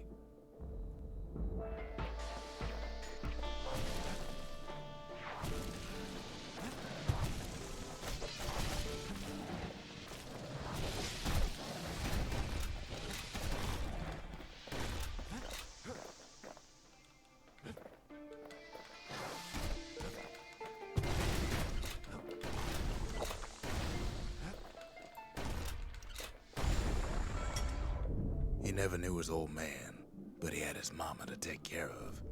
Frail thing with pure white hair like his.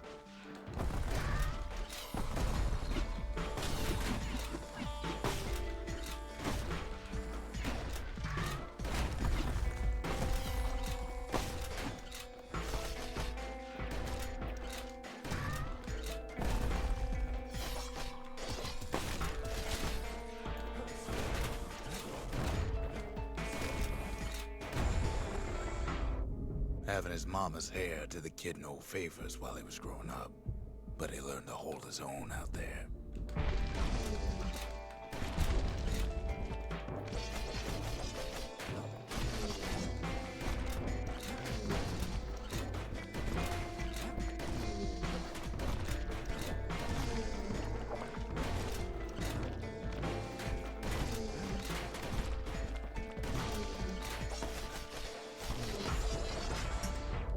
School ain't working out, so the kid signs up for a turn on the rippling walls. Make his mama some money.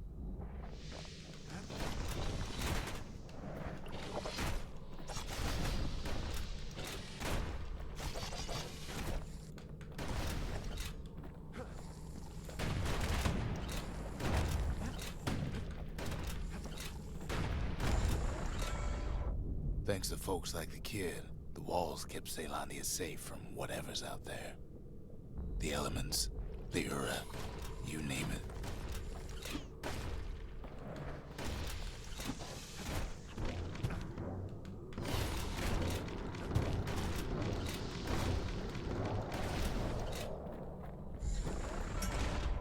Once the kid done his time, he hurried on home. Turns out his mama's time was done too.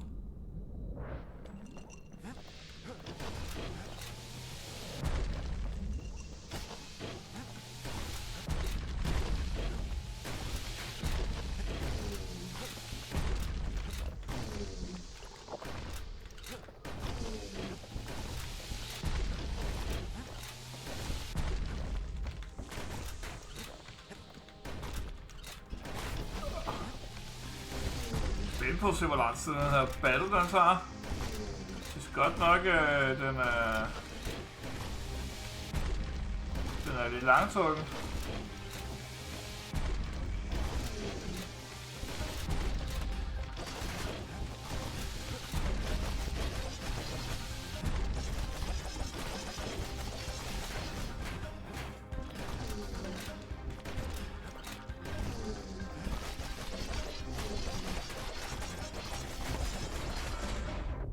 The city had nothing for him.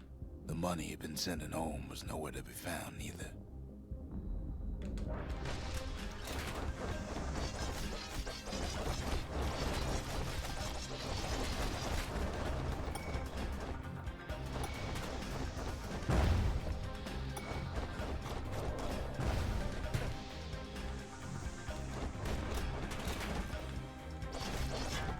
What was I saying? Anyway. So what'd the kid do? Why, he went right on back to the walls for another 5 years.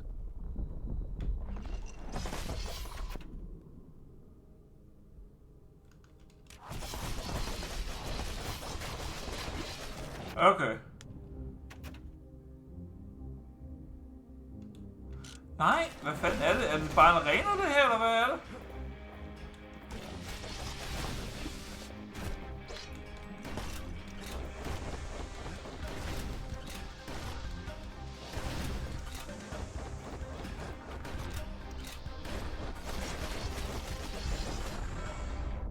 In the history of Caelondia, nobody's ever volunteered for a second shift on the walls.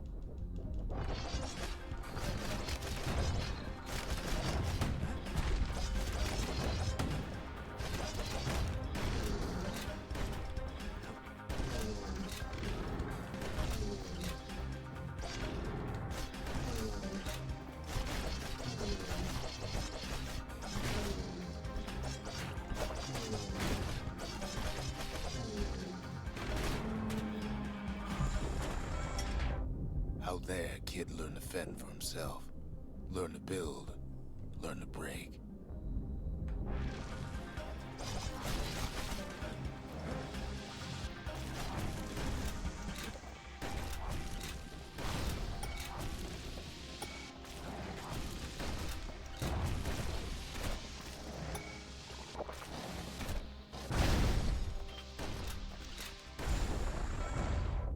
In time, the kid earned good standing with the marshals. They trusted him to scout out farther than anybody.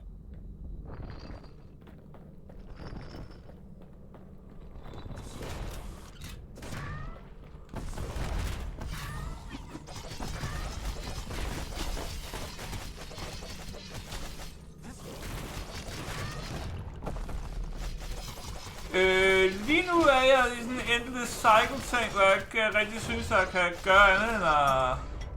One night, on one of his expeditions, the ground beneath him shuddered, cracked, and split apart. Hvor jeg bare, jeg vil så... Ja, jeg tænker altså tilbage. Jeg ved ikke lige, hvad jeg skulle det, at det var bare sådan en endless stream of attacks. Ellers er stille og roligt. Synes det er et ganske fornuftigt spil. Jeg kan godt lide det. I hvert fald så.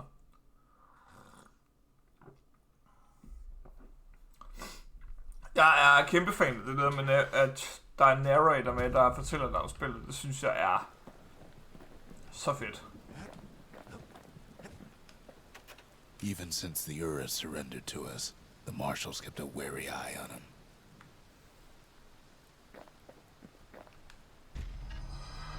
Zolf's travels ain't much compared to what the kids had to go through for all this. In memorial. Hvad fanden gør det? The memorial. Here a kid can pay respect to the old world and earn it in kind. The valediction. Dang. Just another one of my sketches. Nothing more. Earn glory in the proving grounds.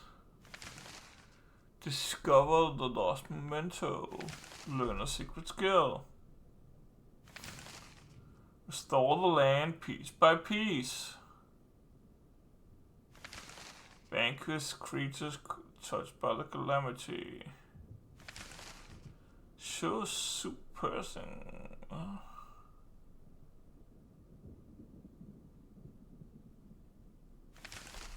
Yes, sure. Words can't express what happened, but they're all I got. But they're all I got.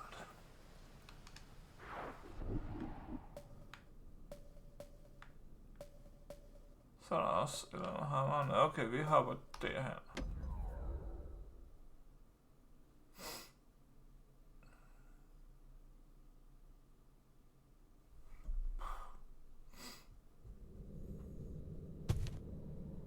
No use praying to the gods these days.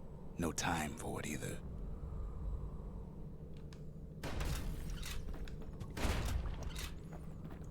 No time either. Folks used to make pilgrimage here to pay their respects to Pith, the bull, Pith Orchard. Place is a dead end in more ways than one.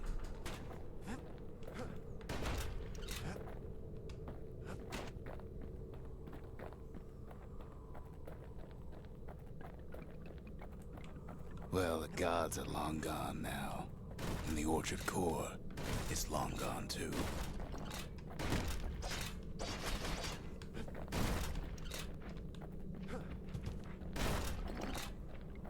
Pith stood for something once. Er der gang i jer derude, eller er I faldet i søvn, eller? In time, though, the bull stopped being a symbol and started being decoration.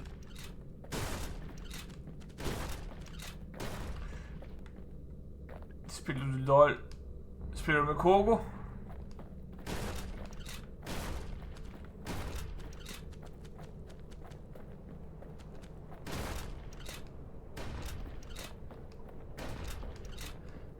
Så må du lige hilse og sige, at jeg siger hej. Pith makes a decent scarecrow, at least. Then Pith lights up like a rodeo.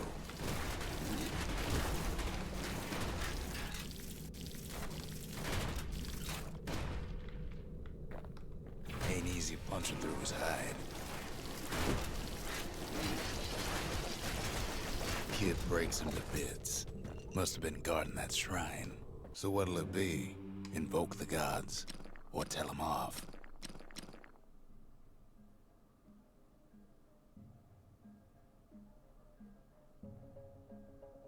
Du er helt færdig i dag. For helvede, Anne.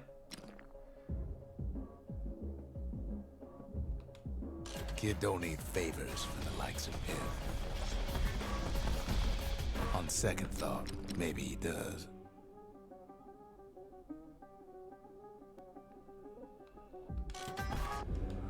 Nej. Well, if the gods are alive, they must be plenty sore. Jeg synes også, der er ved at være halvtræt. Jeg har også sådan kl. 8 i morges. Det er lidt tidligere, end jeg plejer at være. Jeg plejer at stoppe mellem 9 og 10. Så i dag var jeg sgu tidligere, fordi vi skulle... Windbags is hard enough. No need to get the gods involved.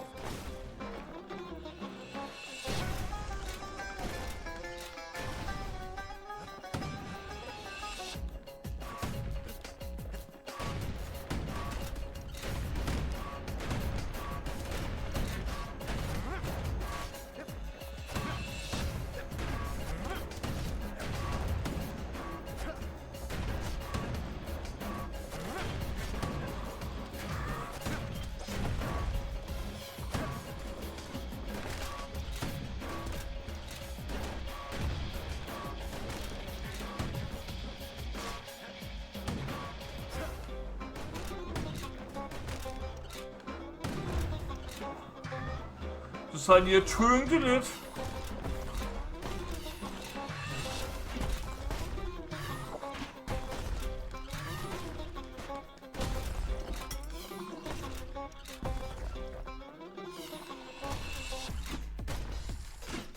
Ej, må jeg være med at drømme.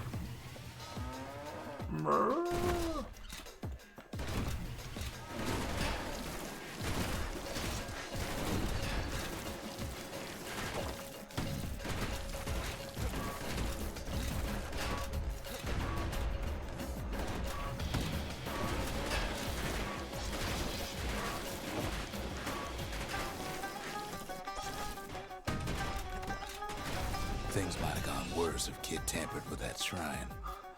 Dit tastatur forvirrer dig med æ og... What?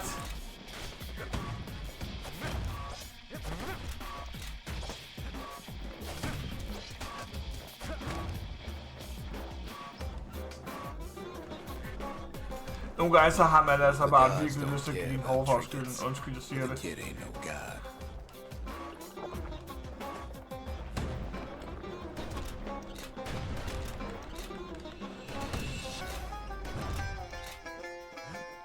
Kid ain't found a core, but at least he found Zolf's precious shrine. Oj! The gods ain't gonna catch you if you fall. Nå, vi skal hjem igen.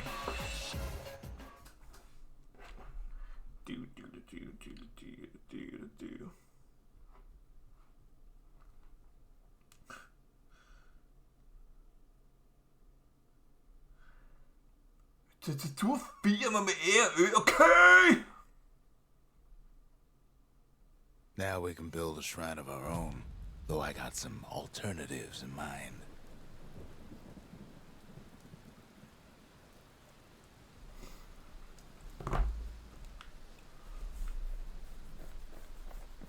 Men jeg har ikke rigtig plads til det. Jo. Liura feared the gods. We turned them into toys, put their faces on our walls.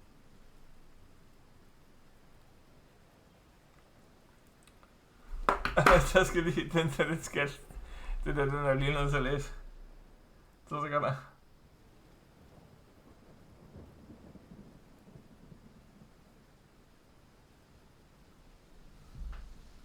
Ja, okay, det kan jeg godt se. Det har, sådan har mit tastatur det også.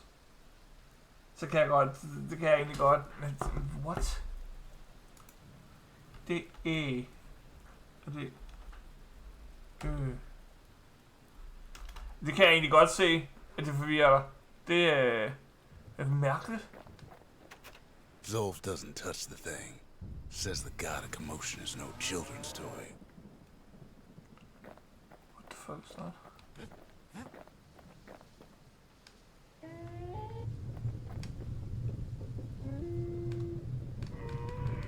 Turn him round and round all you like. Pit's still gonna be ugly.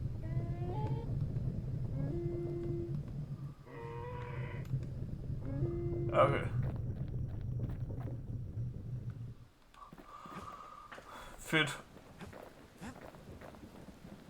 Kan jeg ikke upgrade min shotgun, egentlig?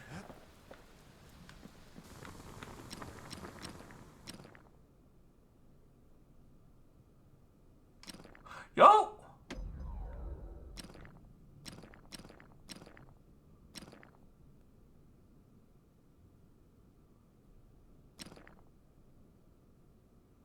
I skal You speed. want to tune a scrap musket, you start with the barrel.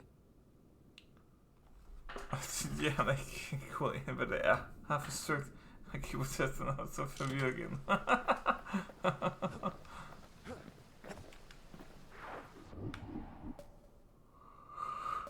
Det forstår jeg fandme godt. Det er sgu også, det er ikke fair til at tastaturet det forvirrer dig. Det er ikke, puha.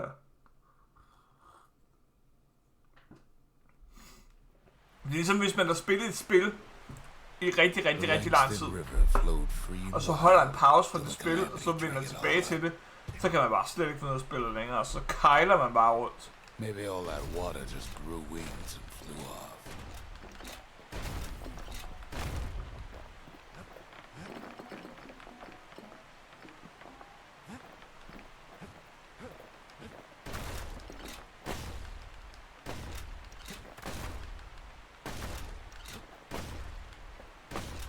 Riverbanks swarming with windbags. Would you look at that? Altså, They're so bent on finding the core, they hardly notice the kid. Lucky for him, a certain famous ferry barge is still afloat. Jeg går ud fra, at du også er en kender.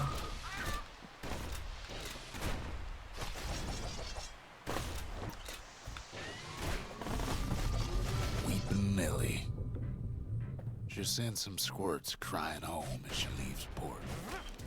Maybe Nelly knows the way to the core. Maybe she can slip right past all the clamor on the coast. Or maybe not. A security skiff pulls up portside. Nelly's just another windbag to those guns. Ja, det så vi godt snakket om, at det er forbyggeren til... shit! They're pretty steep. At det er en af forfædrene til Hades.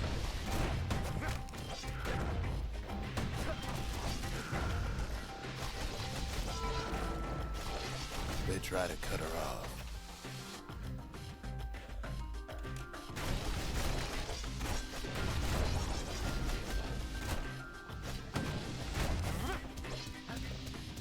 try to slow her down.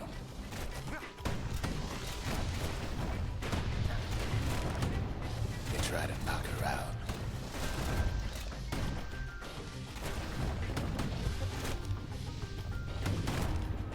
Well, Weepin' Nelly tries harder. Try as she might, though, she hits a snag. Jeg er ikke med i. Kids gotta help her get untangled. Favors for favors. Det kunne måske godt være, at jeg skulle overveje også at prøve at spille noget Hades på et tidspunkt. Jeg kan sindssygt godt lide Bastion.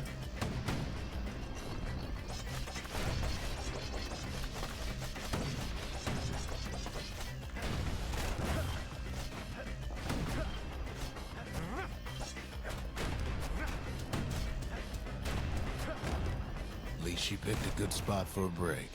The core's right there.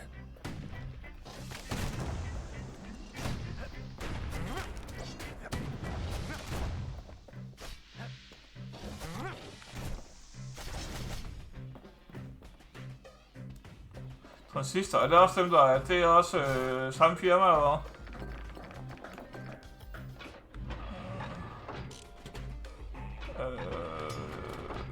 hop, jeg skal lige have en der.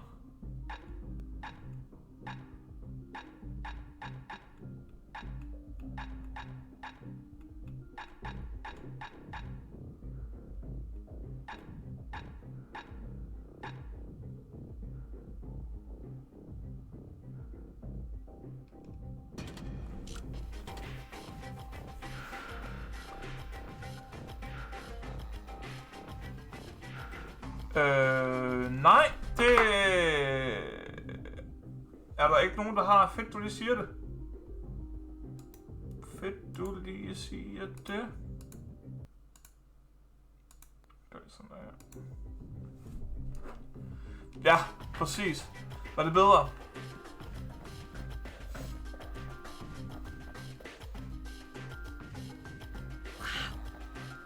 Would you look at that?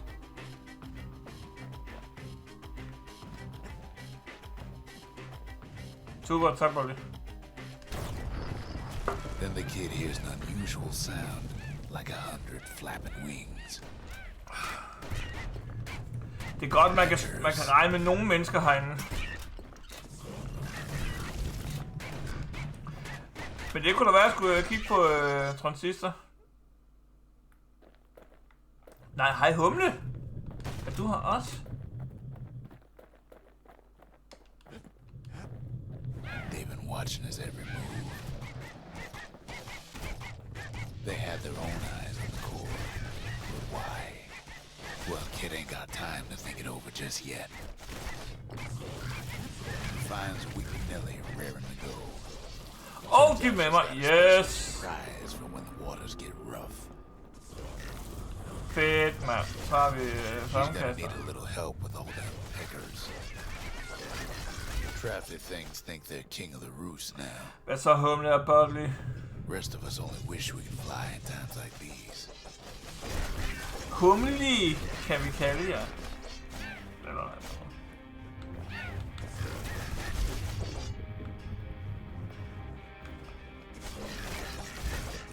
Men med hensyn til det her, jeg er kæmpe fan af det der med, at der er en narrator, der fortæller dig spillet. Det, jeg synes, det er så fedt lavet. Don't seem to care what they shoot, as long as they hit something.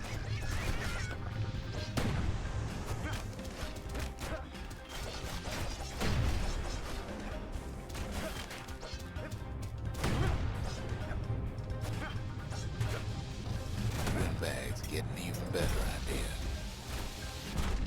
Kid boards one of them skiffs like some kind of Saint-London privateer. They I aim know to it. smash Weepin' Nelly to splinters.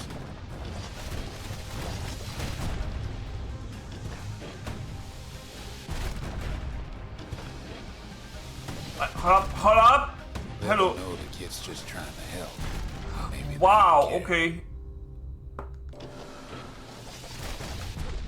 Shit, han tæver mig, han der. Well, it all proves too much for poor Nelly.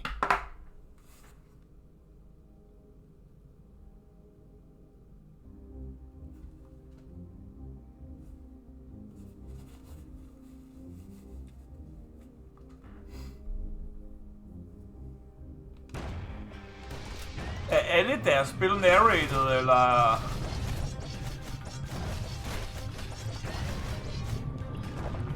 She's just gotta make one last stop. With her last breath, Nellie gets the kid to solid ground. Solid ground in Pecker country. Seems the calamity ain't hurt the Peckers' appetites. They want that core real bad. The river's such an overwhelming place. Restart. Restart area. Skal jeg så helt forfra? Nej, skal jeg helt forfra? What? No! Okay.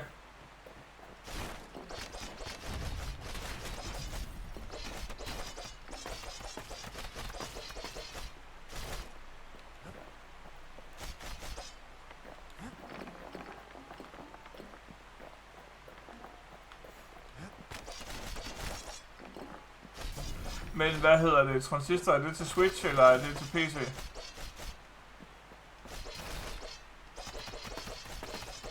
Altså, nu åbner der sig jo klart. Altså, jeg kender selvfølgelig godt, hvad hedder det, Hades, men jeg vidste ikke, at der var andre spil fra dem.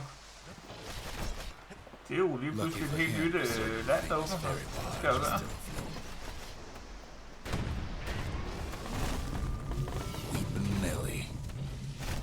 She sends some squirts crying home as she leaves port. Maybe Nellie knows the way to the core. Maybe she can slip right past all the clamor on the coast. Or maybe not. Du er næsten 100 sikker på, at du har transistor til Switch. Nellie's just another windbag to those guns. Just then, the windbags notice who she's sailing with.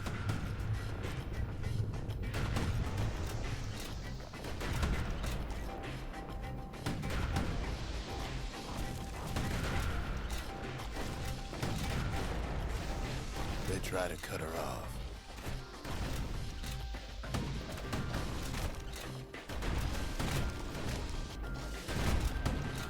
They try to slow her down.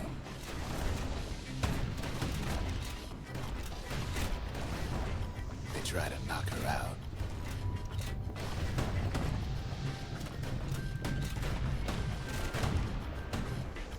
Well, Weepin' Nellie tries harder. Try as she might, though, she hits a snag. Kid's gotta help her get untangled. Favors for favors.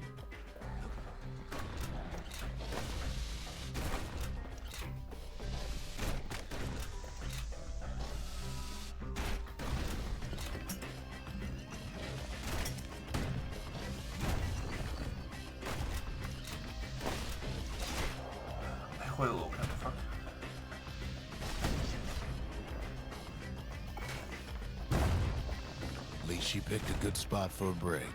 Nej, hvorfor er det blevet ved med rulle over kanten? Hold op.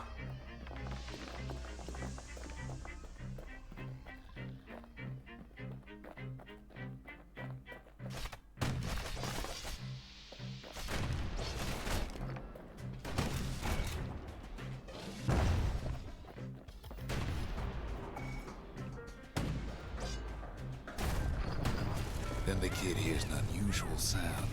Like 100 flapping wings. They had their own eyes on the core. But why? Well, kid ain't got time to think it over just yet. And finds Weepin' Nellie raring to go. Turns out she's got a special surprise for her. Nej, ikke. For helvede. Jeg er vild med at rulle ud over kanten i det her spil, åbenbart.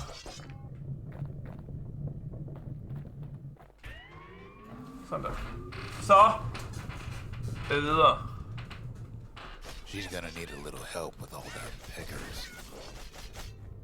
Traffic things think they're king of the roost now. Rest of us only wish we could fly at times like these.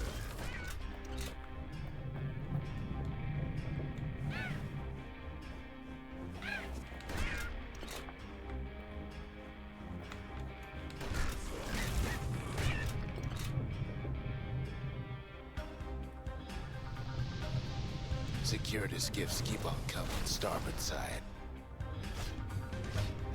Don't seem to care what they shoot, as long as they hit something.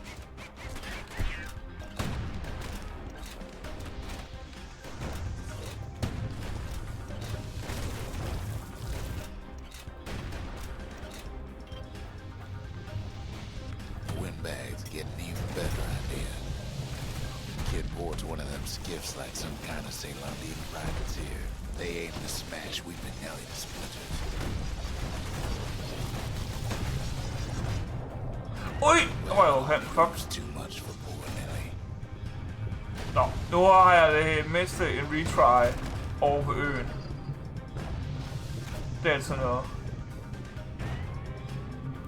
She's just gotta make one last stop.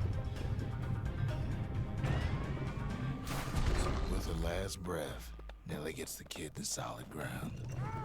Solid ground in Pecker country. Seems the calamity ain't hurt the Peckers' appetites. They want that core real bad. Might be they want it just as bad as a kid.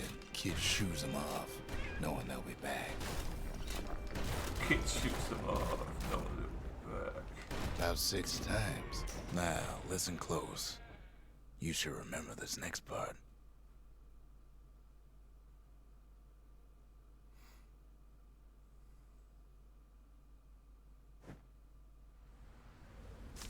Why go to Prosper Bluff?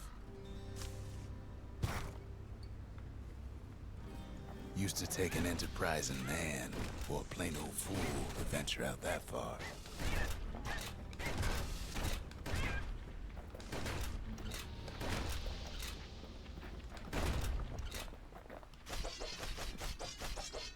Okay, han er The city was the most beautiful place in the world. We all knew that. But on the other hand, some folks just yearn to see the things they're told they can't. And that's why you go to Prosper Bluff, ain't it?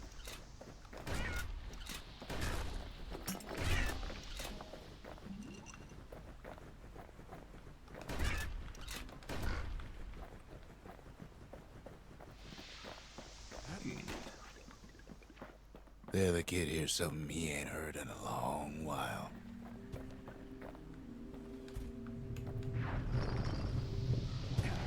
How's it go again?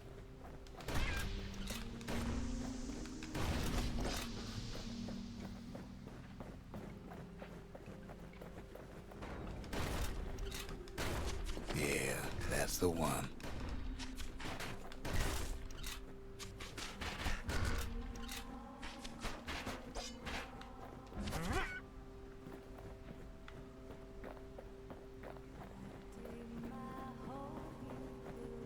Musikken er altså også super nice i spillet. Det er et sindssygt lækkert soundtrack.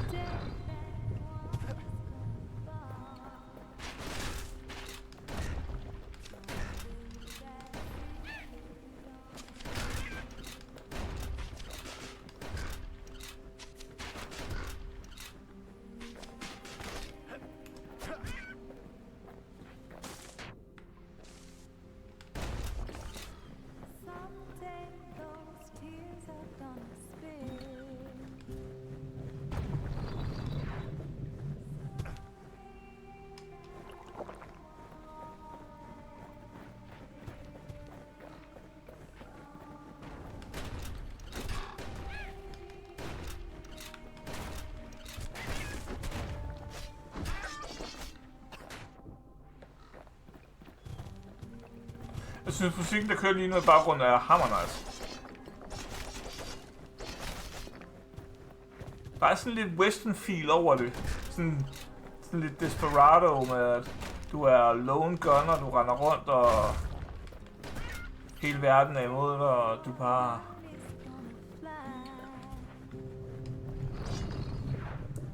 Sindssygt godt lide stilen af vibet i spillet.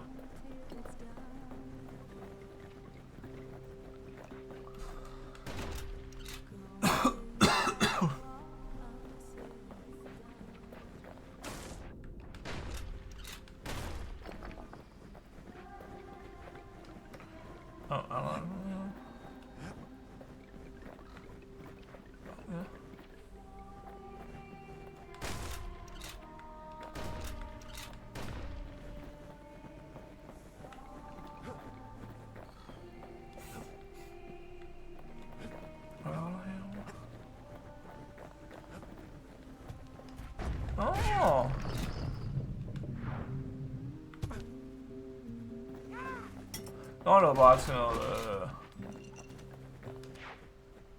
Yes, super. Ligger der et soundtrack på Spotify? Det skal lige, når jeg har fundet det, når jeg er færdig.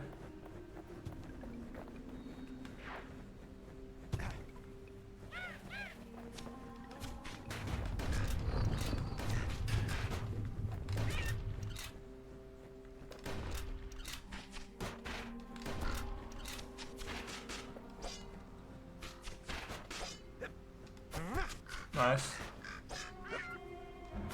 Og jeg synes, du har snakket om før. Et eller andet sted.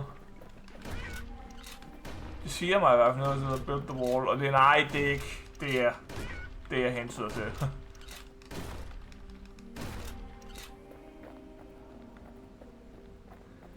Nej! Det er ikke det, jeg tænkte. Jeg synes bare, det kan godt være, at du har snakket om det på din egen Discord på et eller andet tidspunkt, mener jeg der.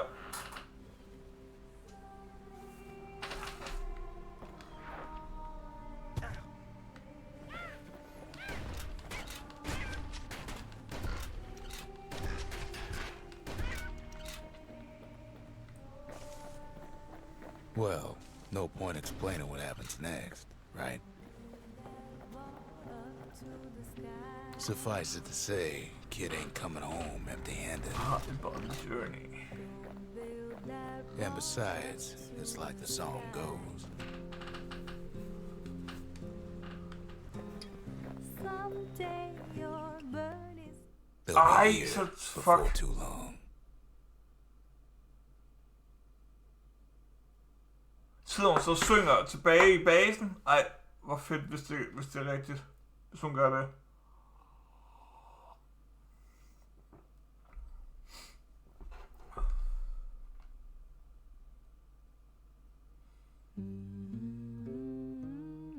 We darn near celebrated when the kid got back, didn't we? Zolf never thought he'd see a fellow her again. We become fast It's friends. me, Calamity has Mario! that effect on people. På Svingby? But there was more to be done. Hej, There was Cass. one last core to På find. Svingby? Så spiller hun ikke. Most of the Ura never got a taste of Ceylondia's fine goods. Unless they were born and raised in the city like Zia here.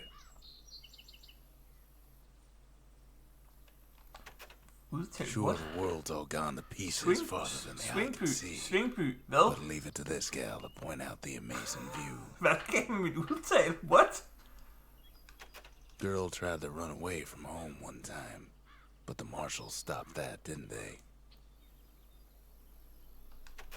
So many secrets in there, and she can't even read it. Her father's own journal. He ain't all that shy. If only I'd known half the secrets of the Calamity were tucked away in that book, I'd have worked to translate it right away. Og det The er scientific det er så journal derfor, det written in forvirrer mig, Zolf's når det native ikke, når tongue. du ikke er særlig god He til det. learned so much from it. Too much.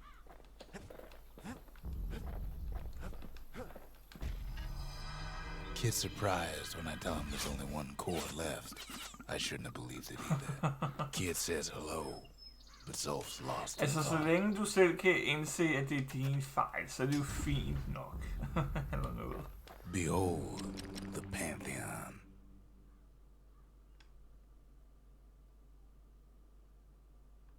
Pith, the...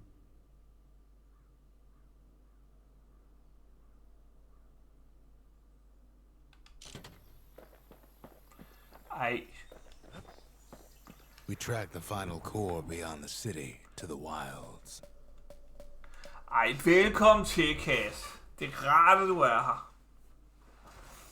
The Last Core. Hvor tæt er jeg ved at være færdig med spillet allerede? Eller hvad?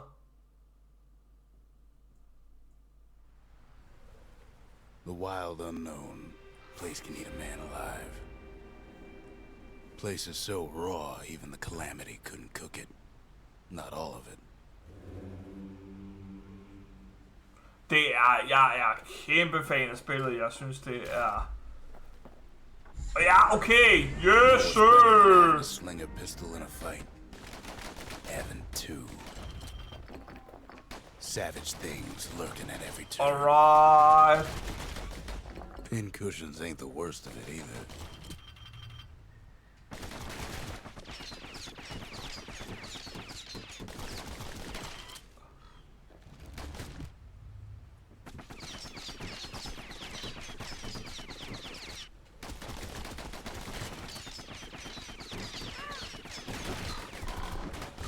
Jeg er træt med at skrive. Jeg spurgte bare, jeg sagde bare, jeg synes det er et fedt spil. Jeg er kæmpe fan af det. The welcoming committee scrambles to attention. Didn't expect the kid so soon.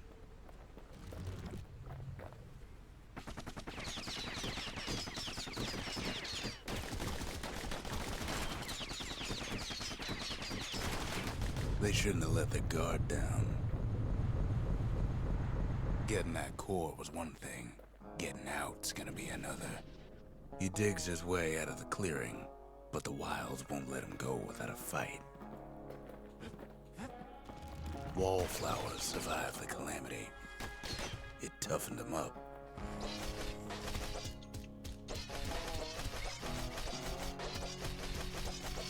Same goes for the kid.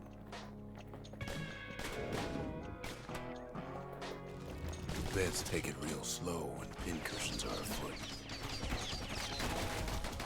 Nå, okay, så der er stadig mere. Okay.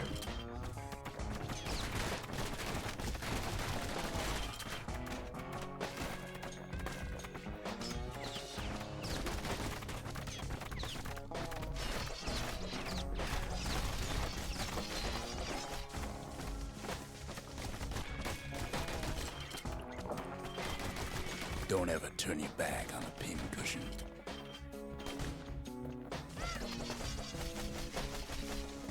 Kid's roused up half the wilds by now.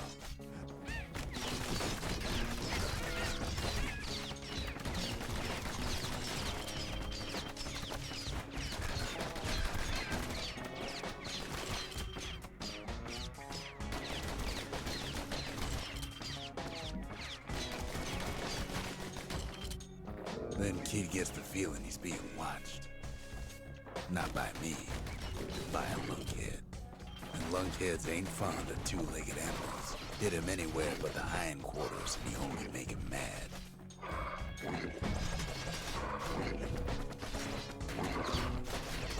The Calamity must have scrambled their eggs.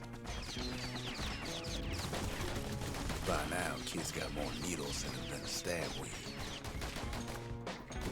Hardly any signs of the old Jawson camp. Wild green vine apples about the only good thing out here. Åh, de healer mig. Nice. The wilds already reclaimed this place.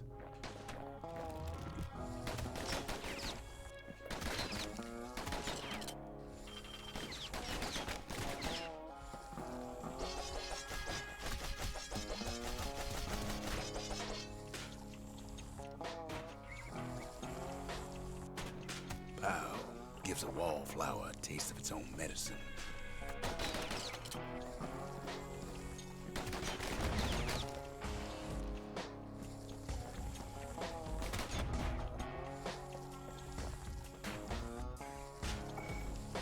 He's anxious to get back.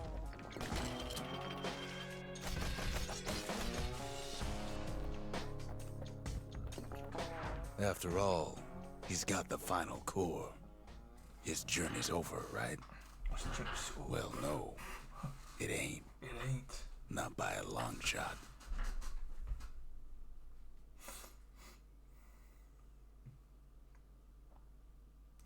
Not by a long shot. Det er helt i orden. Du kigger bare ind igen, hvis du får østgas.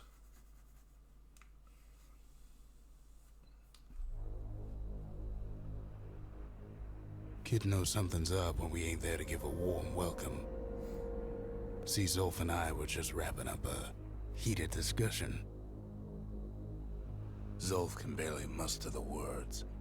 The calamity failed, he says, but I will not.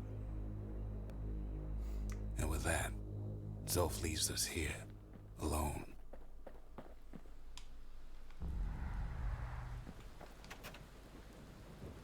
Zolf cursed the city, cursed the Bastion, cursed me, said he was going home.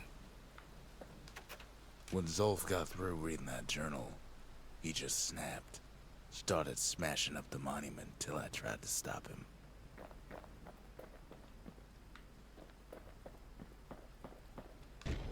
Zolf banged up the monument pretty bad. But there's a way to put her back together. The shards.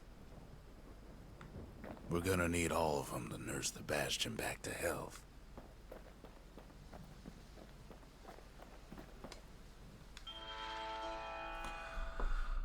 Final warning. Det...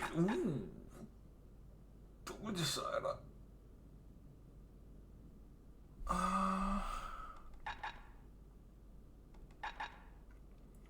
Jeg vil gerne have sådan en her i hvert fald. Finders keepers. Dual side. Og skal jeg lige have.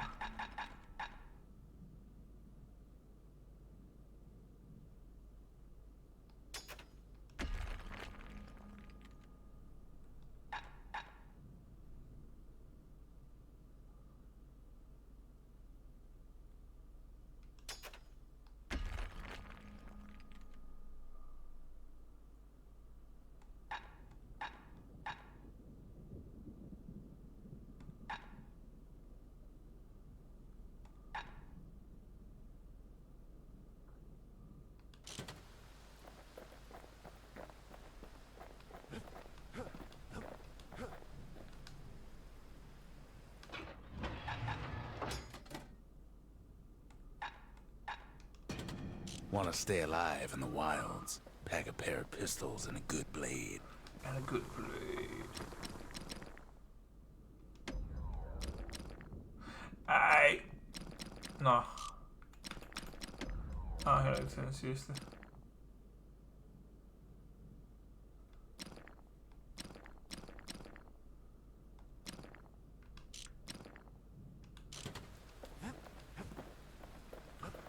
Nå, men jeg skal ud og finde... en distillery.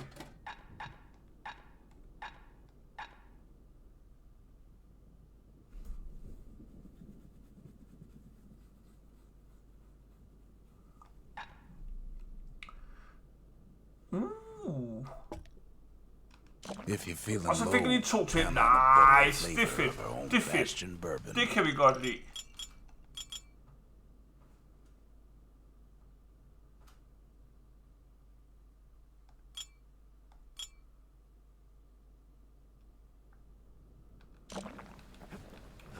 Den der behøver jeg vel egentlig ikke. Har ikke noget bedre.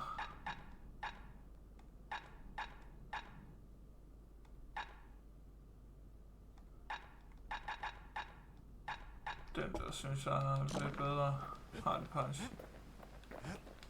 The city brought the shards to the wilds. Now the kid's gonna bring them back. Shot data cell. Pew pew pew pew pew pew. After Zolf's little episode, kid sets off in search of shards.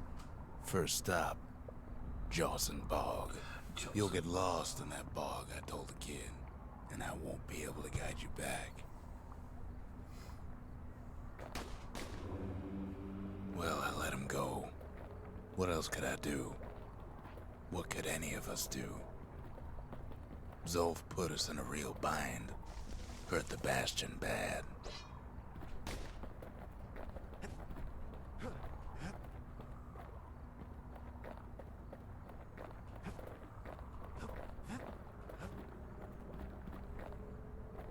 But the shards can make it better. They're like smaller doses of the core's medicine.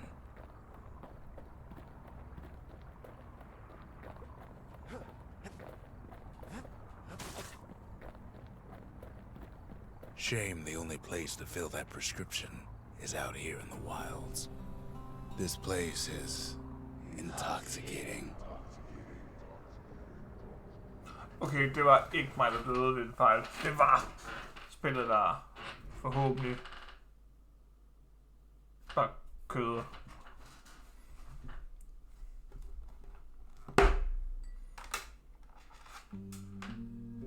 Don't know where he's gone.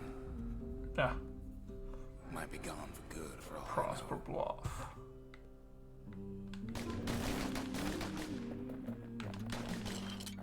Wherever he is. It's somewhere I've never been. Somewhere I never want to go.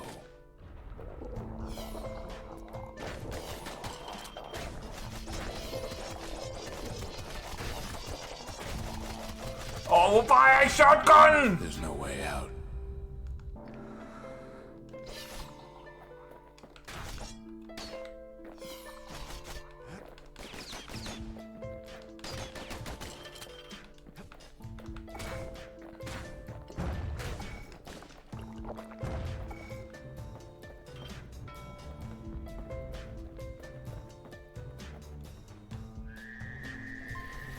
The dead welcome him with open arms. Kid pops him good.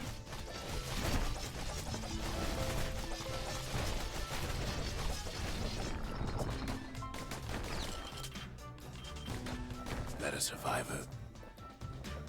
No, ma'am. It's a lonesome ghost of a gas fella.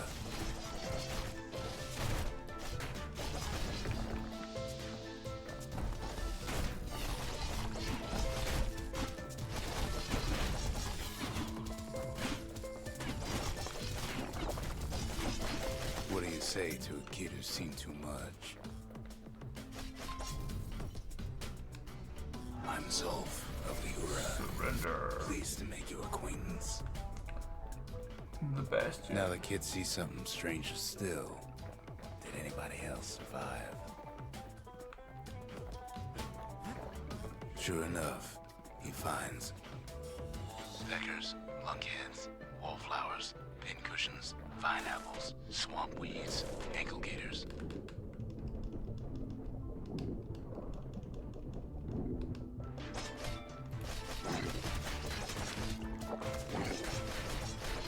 What the fuck? Hvorfor kan jeg ikke skrive det, tænker jeg? Okay, yes! Yes! What? The hell?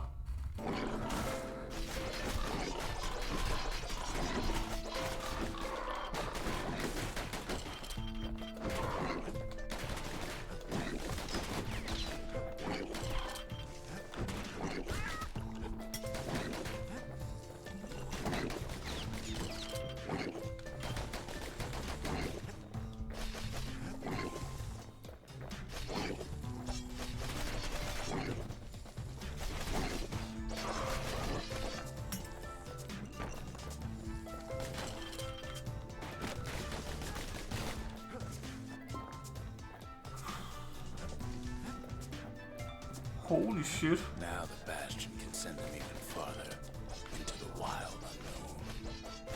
Okay, det er med mig super. Skal jo bare være rendt herop. Kid sets foot inside one of Ceylondia's famous watering holes.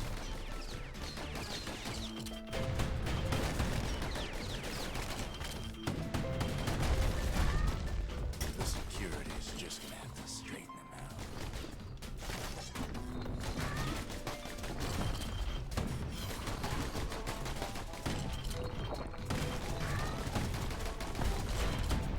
He has the nerve to flash the shield he stole.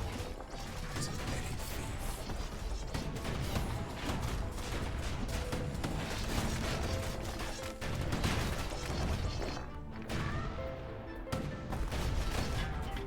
There is no way out. Restart without idols. Don't know where he's gone. Den der idol der, den var godt nok lidt hård.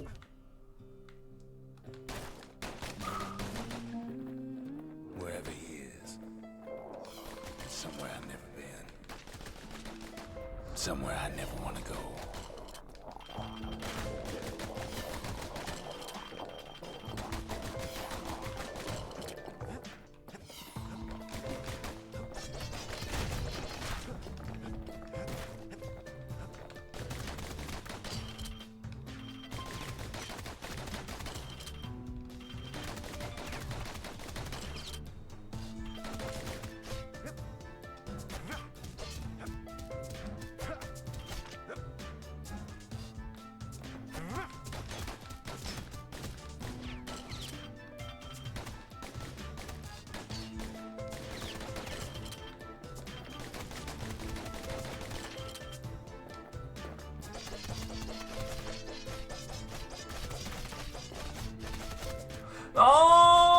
Okay, yes, når du ikke kigger på dem, så... Yes, alright. Super, yes. The dead welcome him with open arms. Kid pops him good.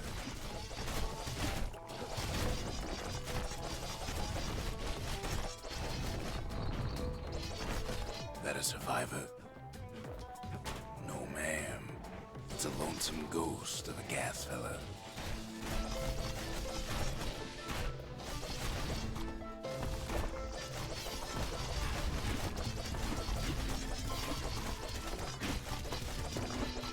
What do you say to a kid who's seen too much? I'm Zolf of Ligura. Pleased to make your acquaintance. Did anybody else survive? Sure enough, he finds peckers, lunkheads, wallflowers, pincushions, vine apples, swamp weeds, ankle gators.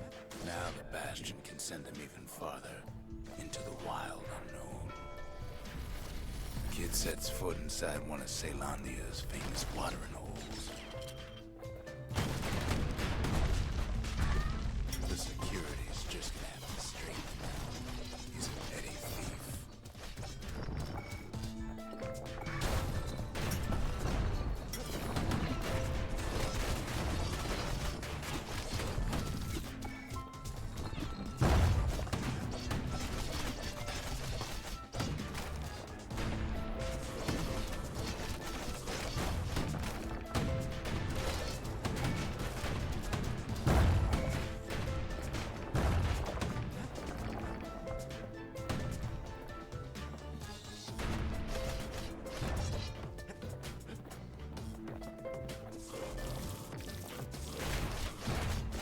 Kid succeeds where the calamity failed.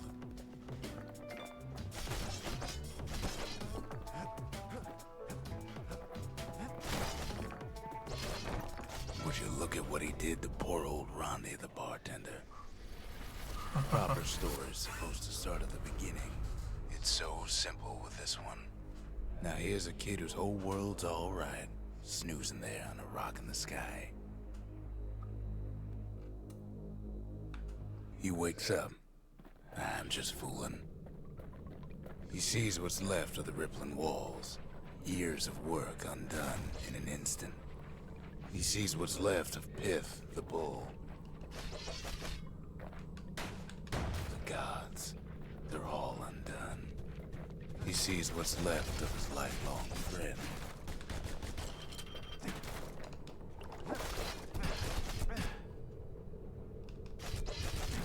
His friend, he's come undone too.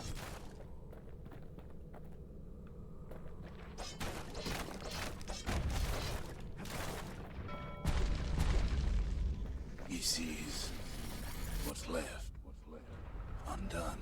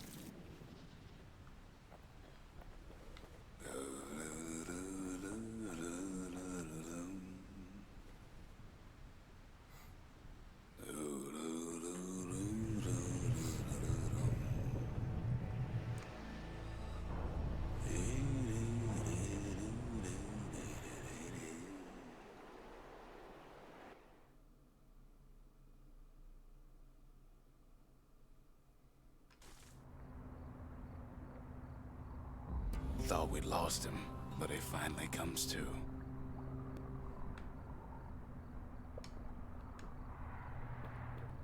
The shard ain't lost either. Not anymore. Now to find a ticket out of this hole. Disgusting things. Hard to get a sure footing in the bog.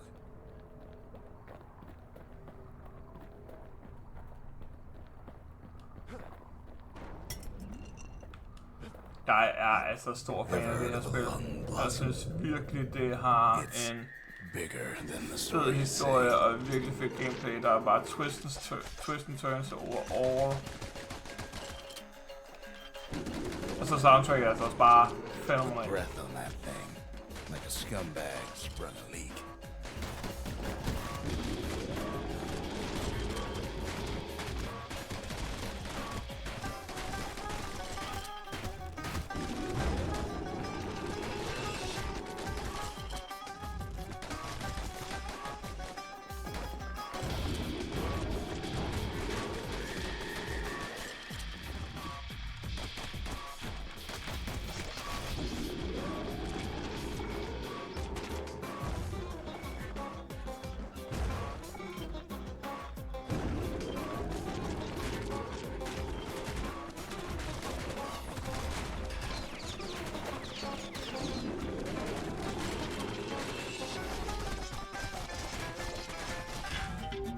Kid ain't about to be playing food just yet.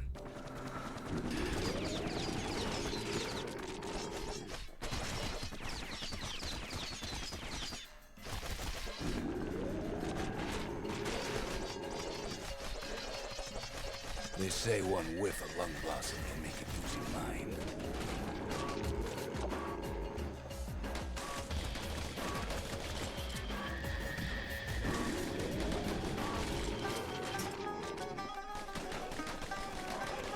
Well, a kid prunes it down to size somehow.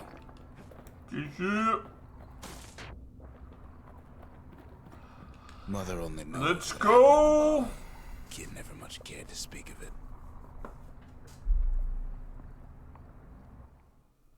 Skal jeg lige have skiftet til en shotgun igen?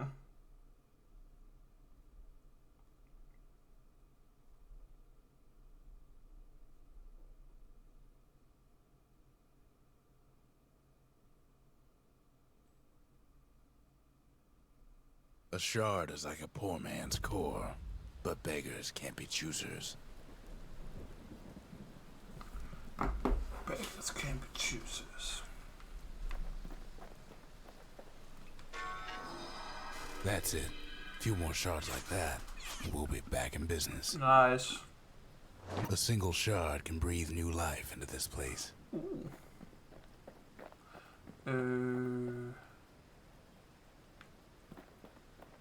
Ja, det er den her. The shard's got enough juice to spruce up any of these places. The arsenal's complete, in case we need protection. Ja. Sådan der. Anything survives a musket shot ought to be quick work for that blade.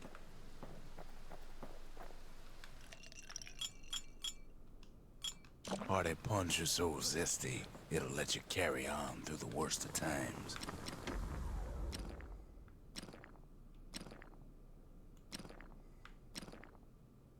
Points just don't get any sharper than that.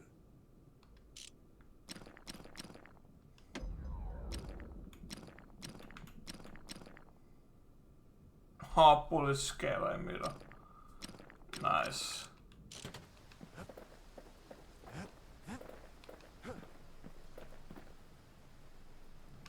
The city tried to use the shards to stake out the wilds. So much for that plan. Så render vi til derovre.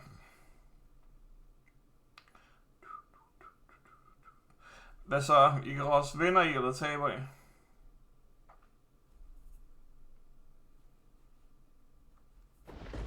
Ankle gators used to roam the wilds, and they nested at Rothus Lagoon.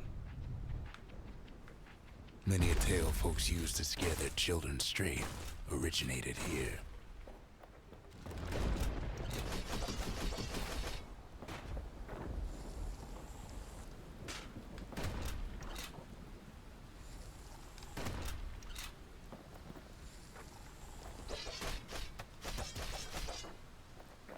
kinds of beasts what don't know up from down, still lurking about.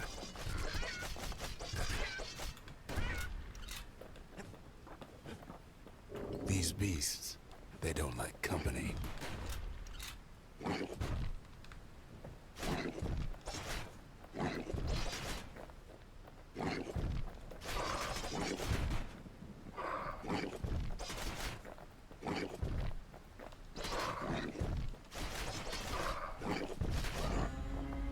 Level up! Max health +2. Nice. Only the city's brushers knew their way around the lagoon.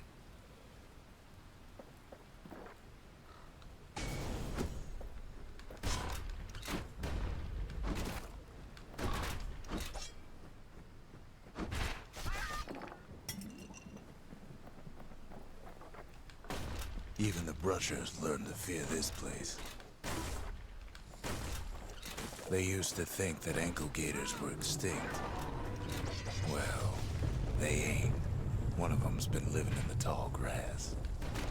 They called her Queen Anne.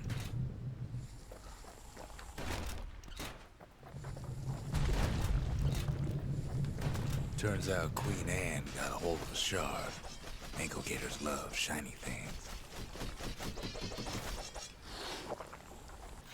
Can't fight Queen Anne without the proper tools.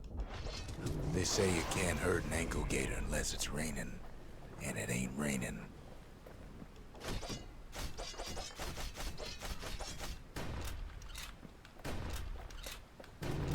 Bad idea to walk in gator grass. Most of those peckers are smart enough to stay out of Queen Anne's way. Can't get hasty in a place like this.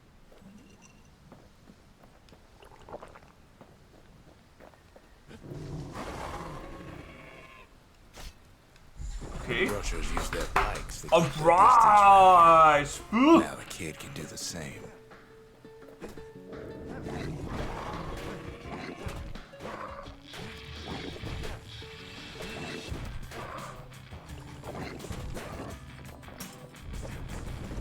Sharp sticks make Queen Anne nervous, so she backs off a bit. Kid's got a mean throwing arm.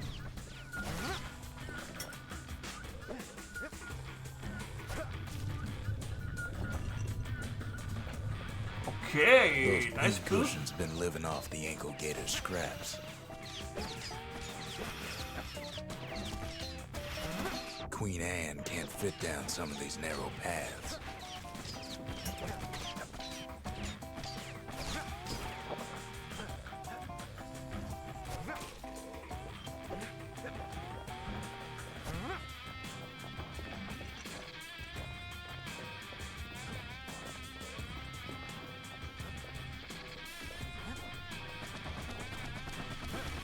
Queenie leads the kid into some kind of twisted trap.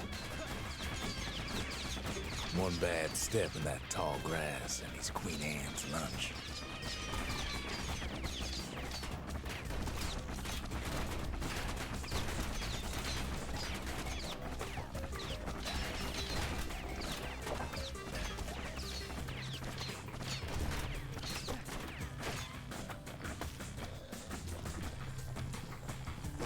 He holds his ground. Seems the queen's running out of options.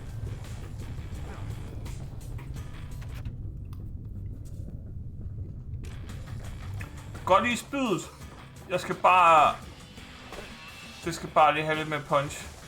Still no sign of the shard. Man skal bare lige være lidt hurtigere med det.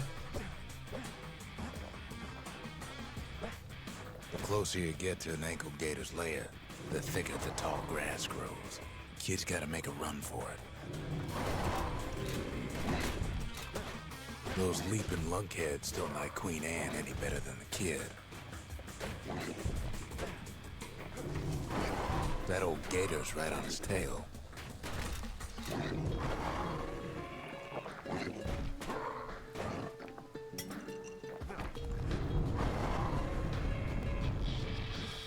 Jeg tror så, jeg skifter til slaget igen. Spydet er nice, men slet ikke, når det ikke er low. Well, the brusher's way ain't really his style. Når det ikke er powered op. Queenie must have scared a bunch of peckers out of hiding.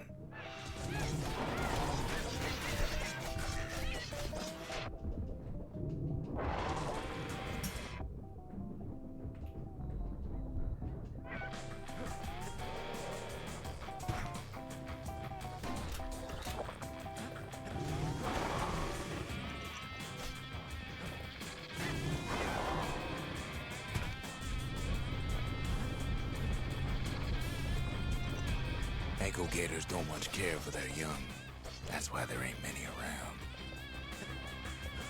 Ankle gator, Wanna know how to find an ankle gator lair? They use a kid as bait.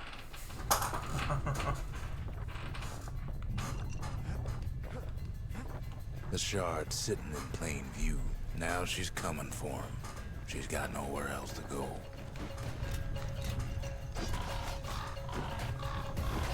They say if you run across an ankle gator, you better keep running.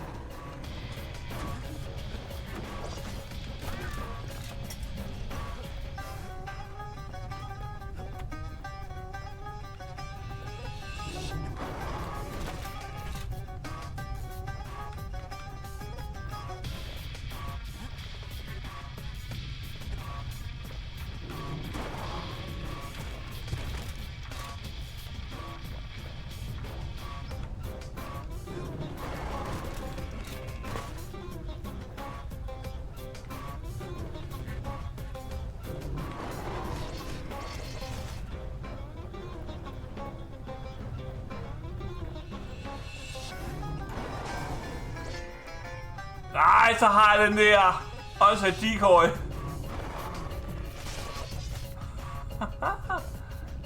Lol. Står det væk den decoy, der var.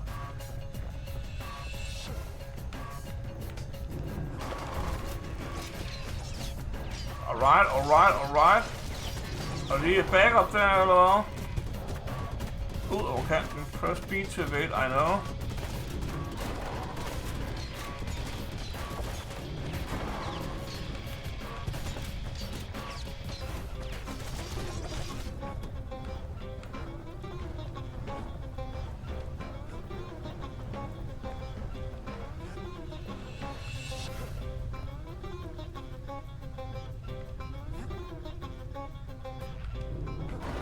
She's starting to get annoyed.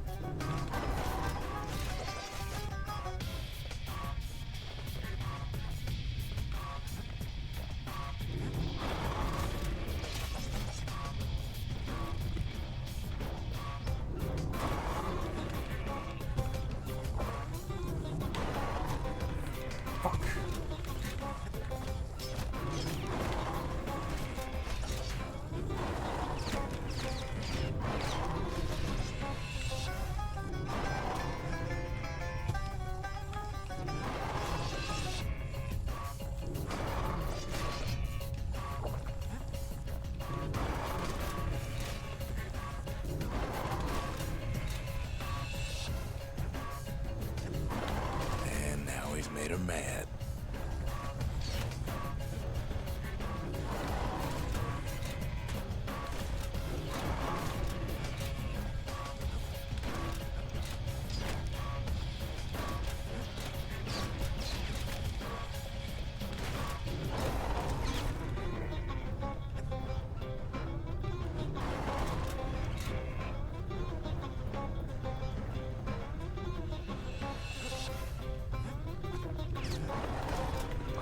Har den der lever.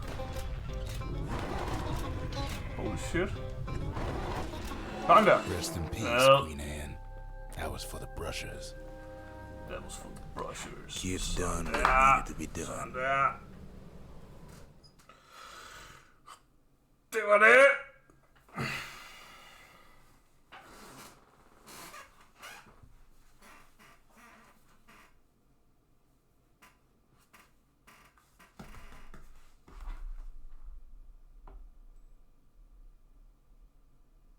Queen Anne's reign is over. We even got a crown jewel. We even got a crown jewel. Monument. All that trouble for a single shard. But you know what?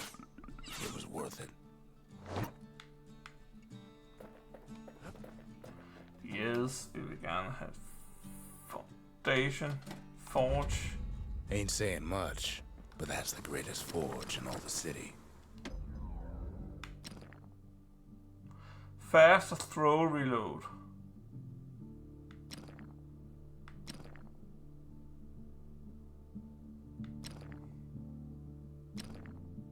To fix a brusher's pike, you just need a good length of knife bark.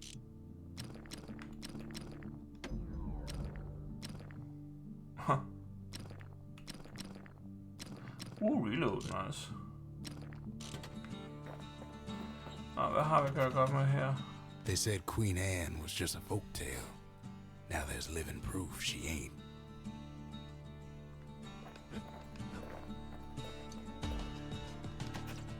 That gator's a crazy gal, but so is the gal who promised to look after her.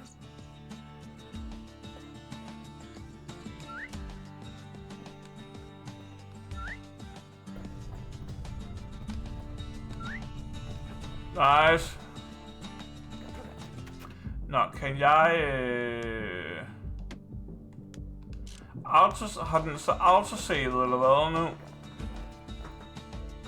Sometimes a single look says it all. Jeg håber, at den har. Never could ask for a song.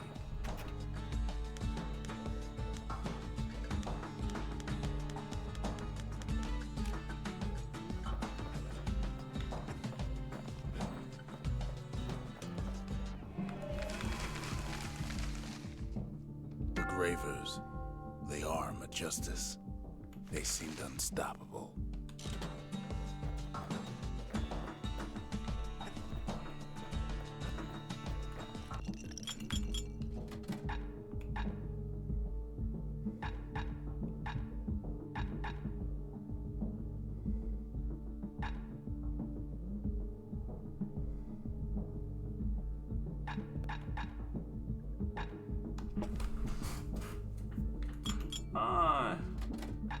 Vi tager sgu den der. Cinder brick stout sure goes down smooth, then stays in your gut like a rock.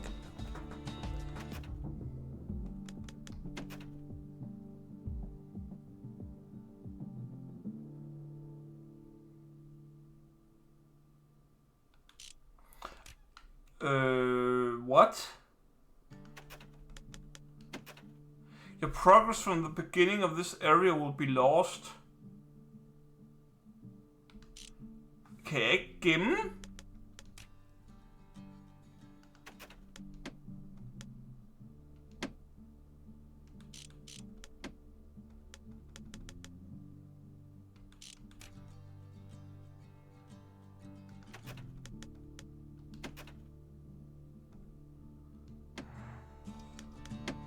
Okay, puha, continue, super. Jeg skulle lige til at sige, fuck, er der ikke noget, gemmer den ikke? Fordi så er der godt nok blevet lidt, Okay, den er høj, den er høj, den er høj, den er høj.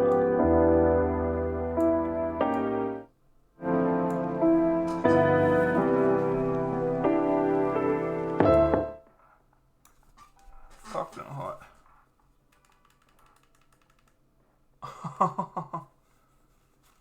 Jeg tror ikke, jeg skal have... Den skal jeg lige have pillet fra. Sådan der. Nå.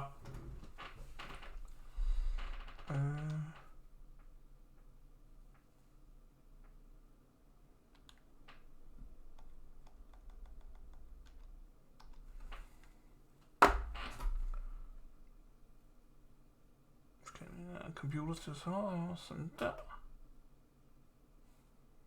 Nej.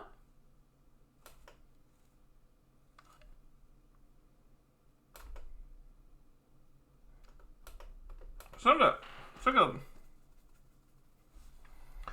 Så gad den gøre det, jeg gerne vil have, den skulle gøre.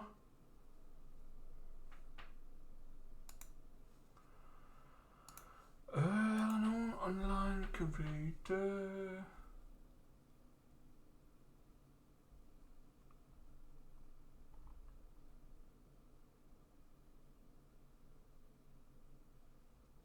Wow. Nah, gider ikke at rate nogen i dag. Jeg gider ikke rate nogen i dag. Nå, men det var sgu spændende. Det er spændende spil, vi går i gang med her. Jeg kunne faktisk rigtig godt lide det, så... Hvorfor lukker jeg ned uden at... Nå, jeg tjekker lige en ting, inden jeg går. I shop. Nice.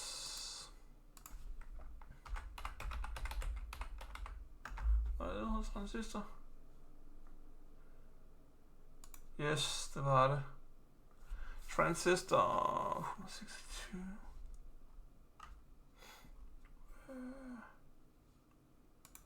Det er samme stil. Det er samme stil. Det kunne godt være, at jeg skulle kigge på det på et tidspunkt, så. Det ser også ret nice ud.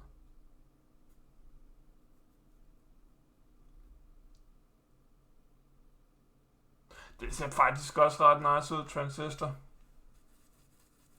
kan godt være, at det bliver et spil, jeg kigger på også på den tidspunkt. Bare det siger, at det er samme stil som Bastion, så... Jeg kan godt lide Bastion. Må hellere sige Bastion, så ikke sige Bastion. Jeg kan godt lide Bastion. Så... Men vi har lidt ændringer i programmet den her uge. Dalek, han er i Norge, som de fleste nok kunne læse tidligere. Så han streamer ikke den her uge, men tirsdag. I stedet for Dalek på onsdag, så streamer Teddy. Han streamer Is Combat, og det kan I, men det kan I også se, hvis I kigger på enten vores hjemmeside, eller på vores Discord. Der er hele programmet. Så ved jeg også, at Ikaros, Zone, han streamer Blasphemous 2 i morgen. Det er der nogen, der har gået og ventet længe på. Så det bliver fedt at se det.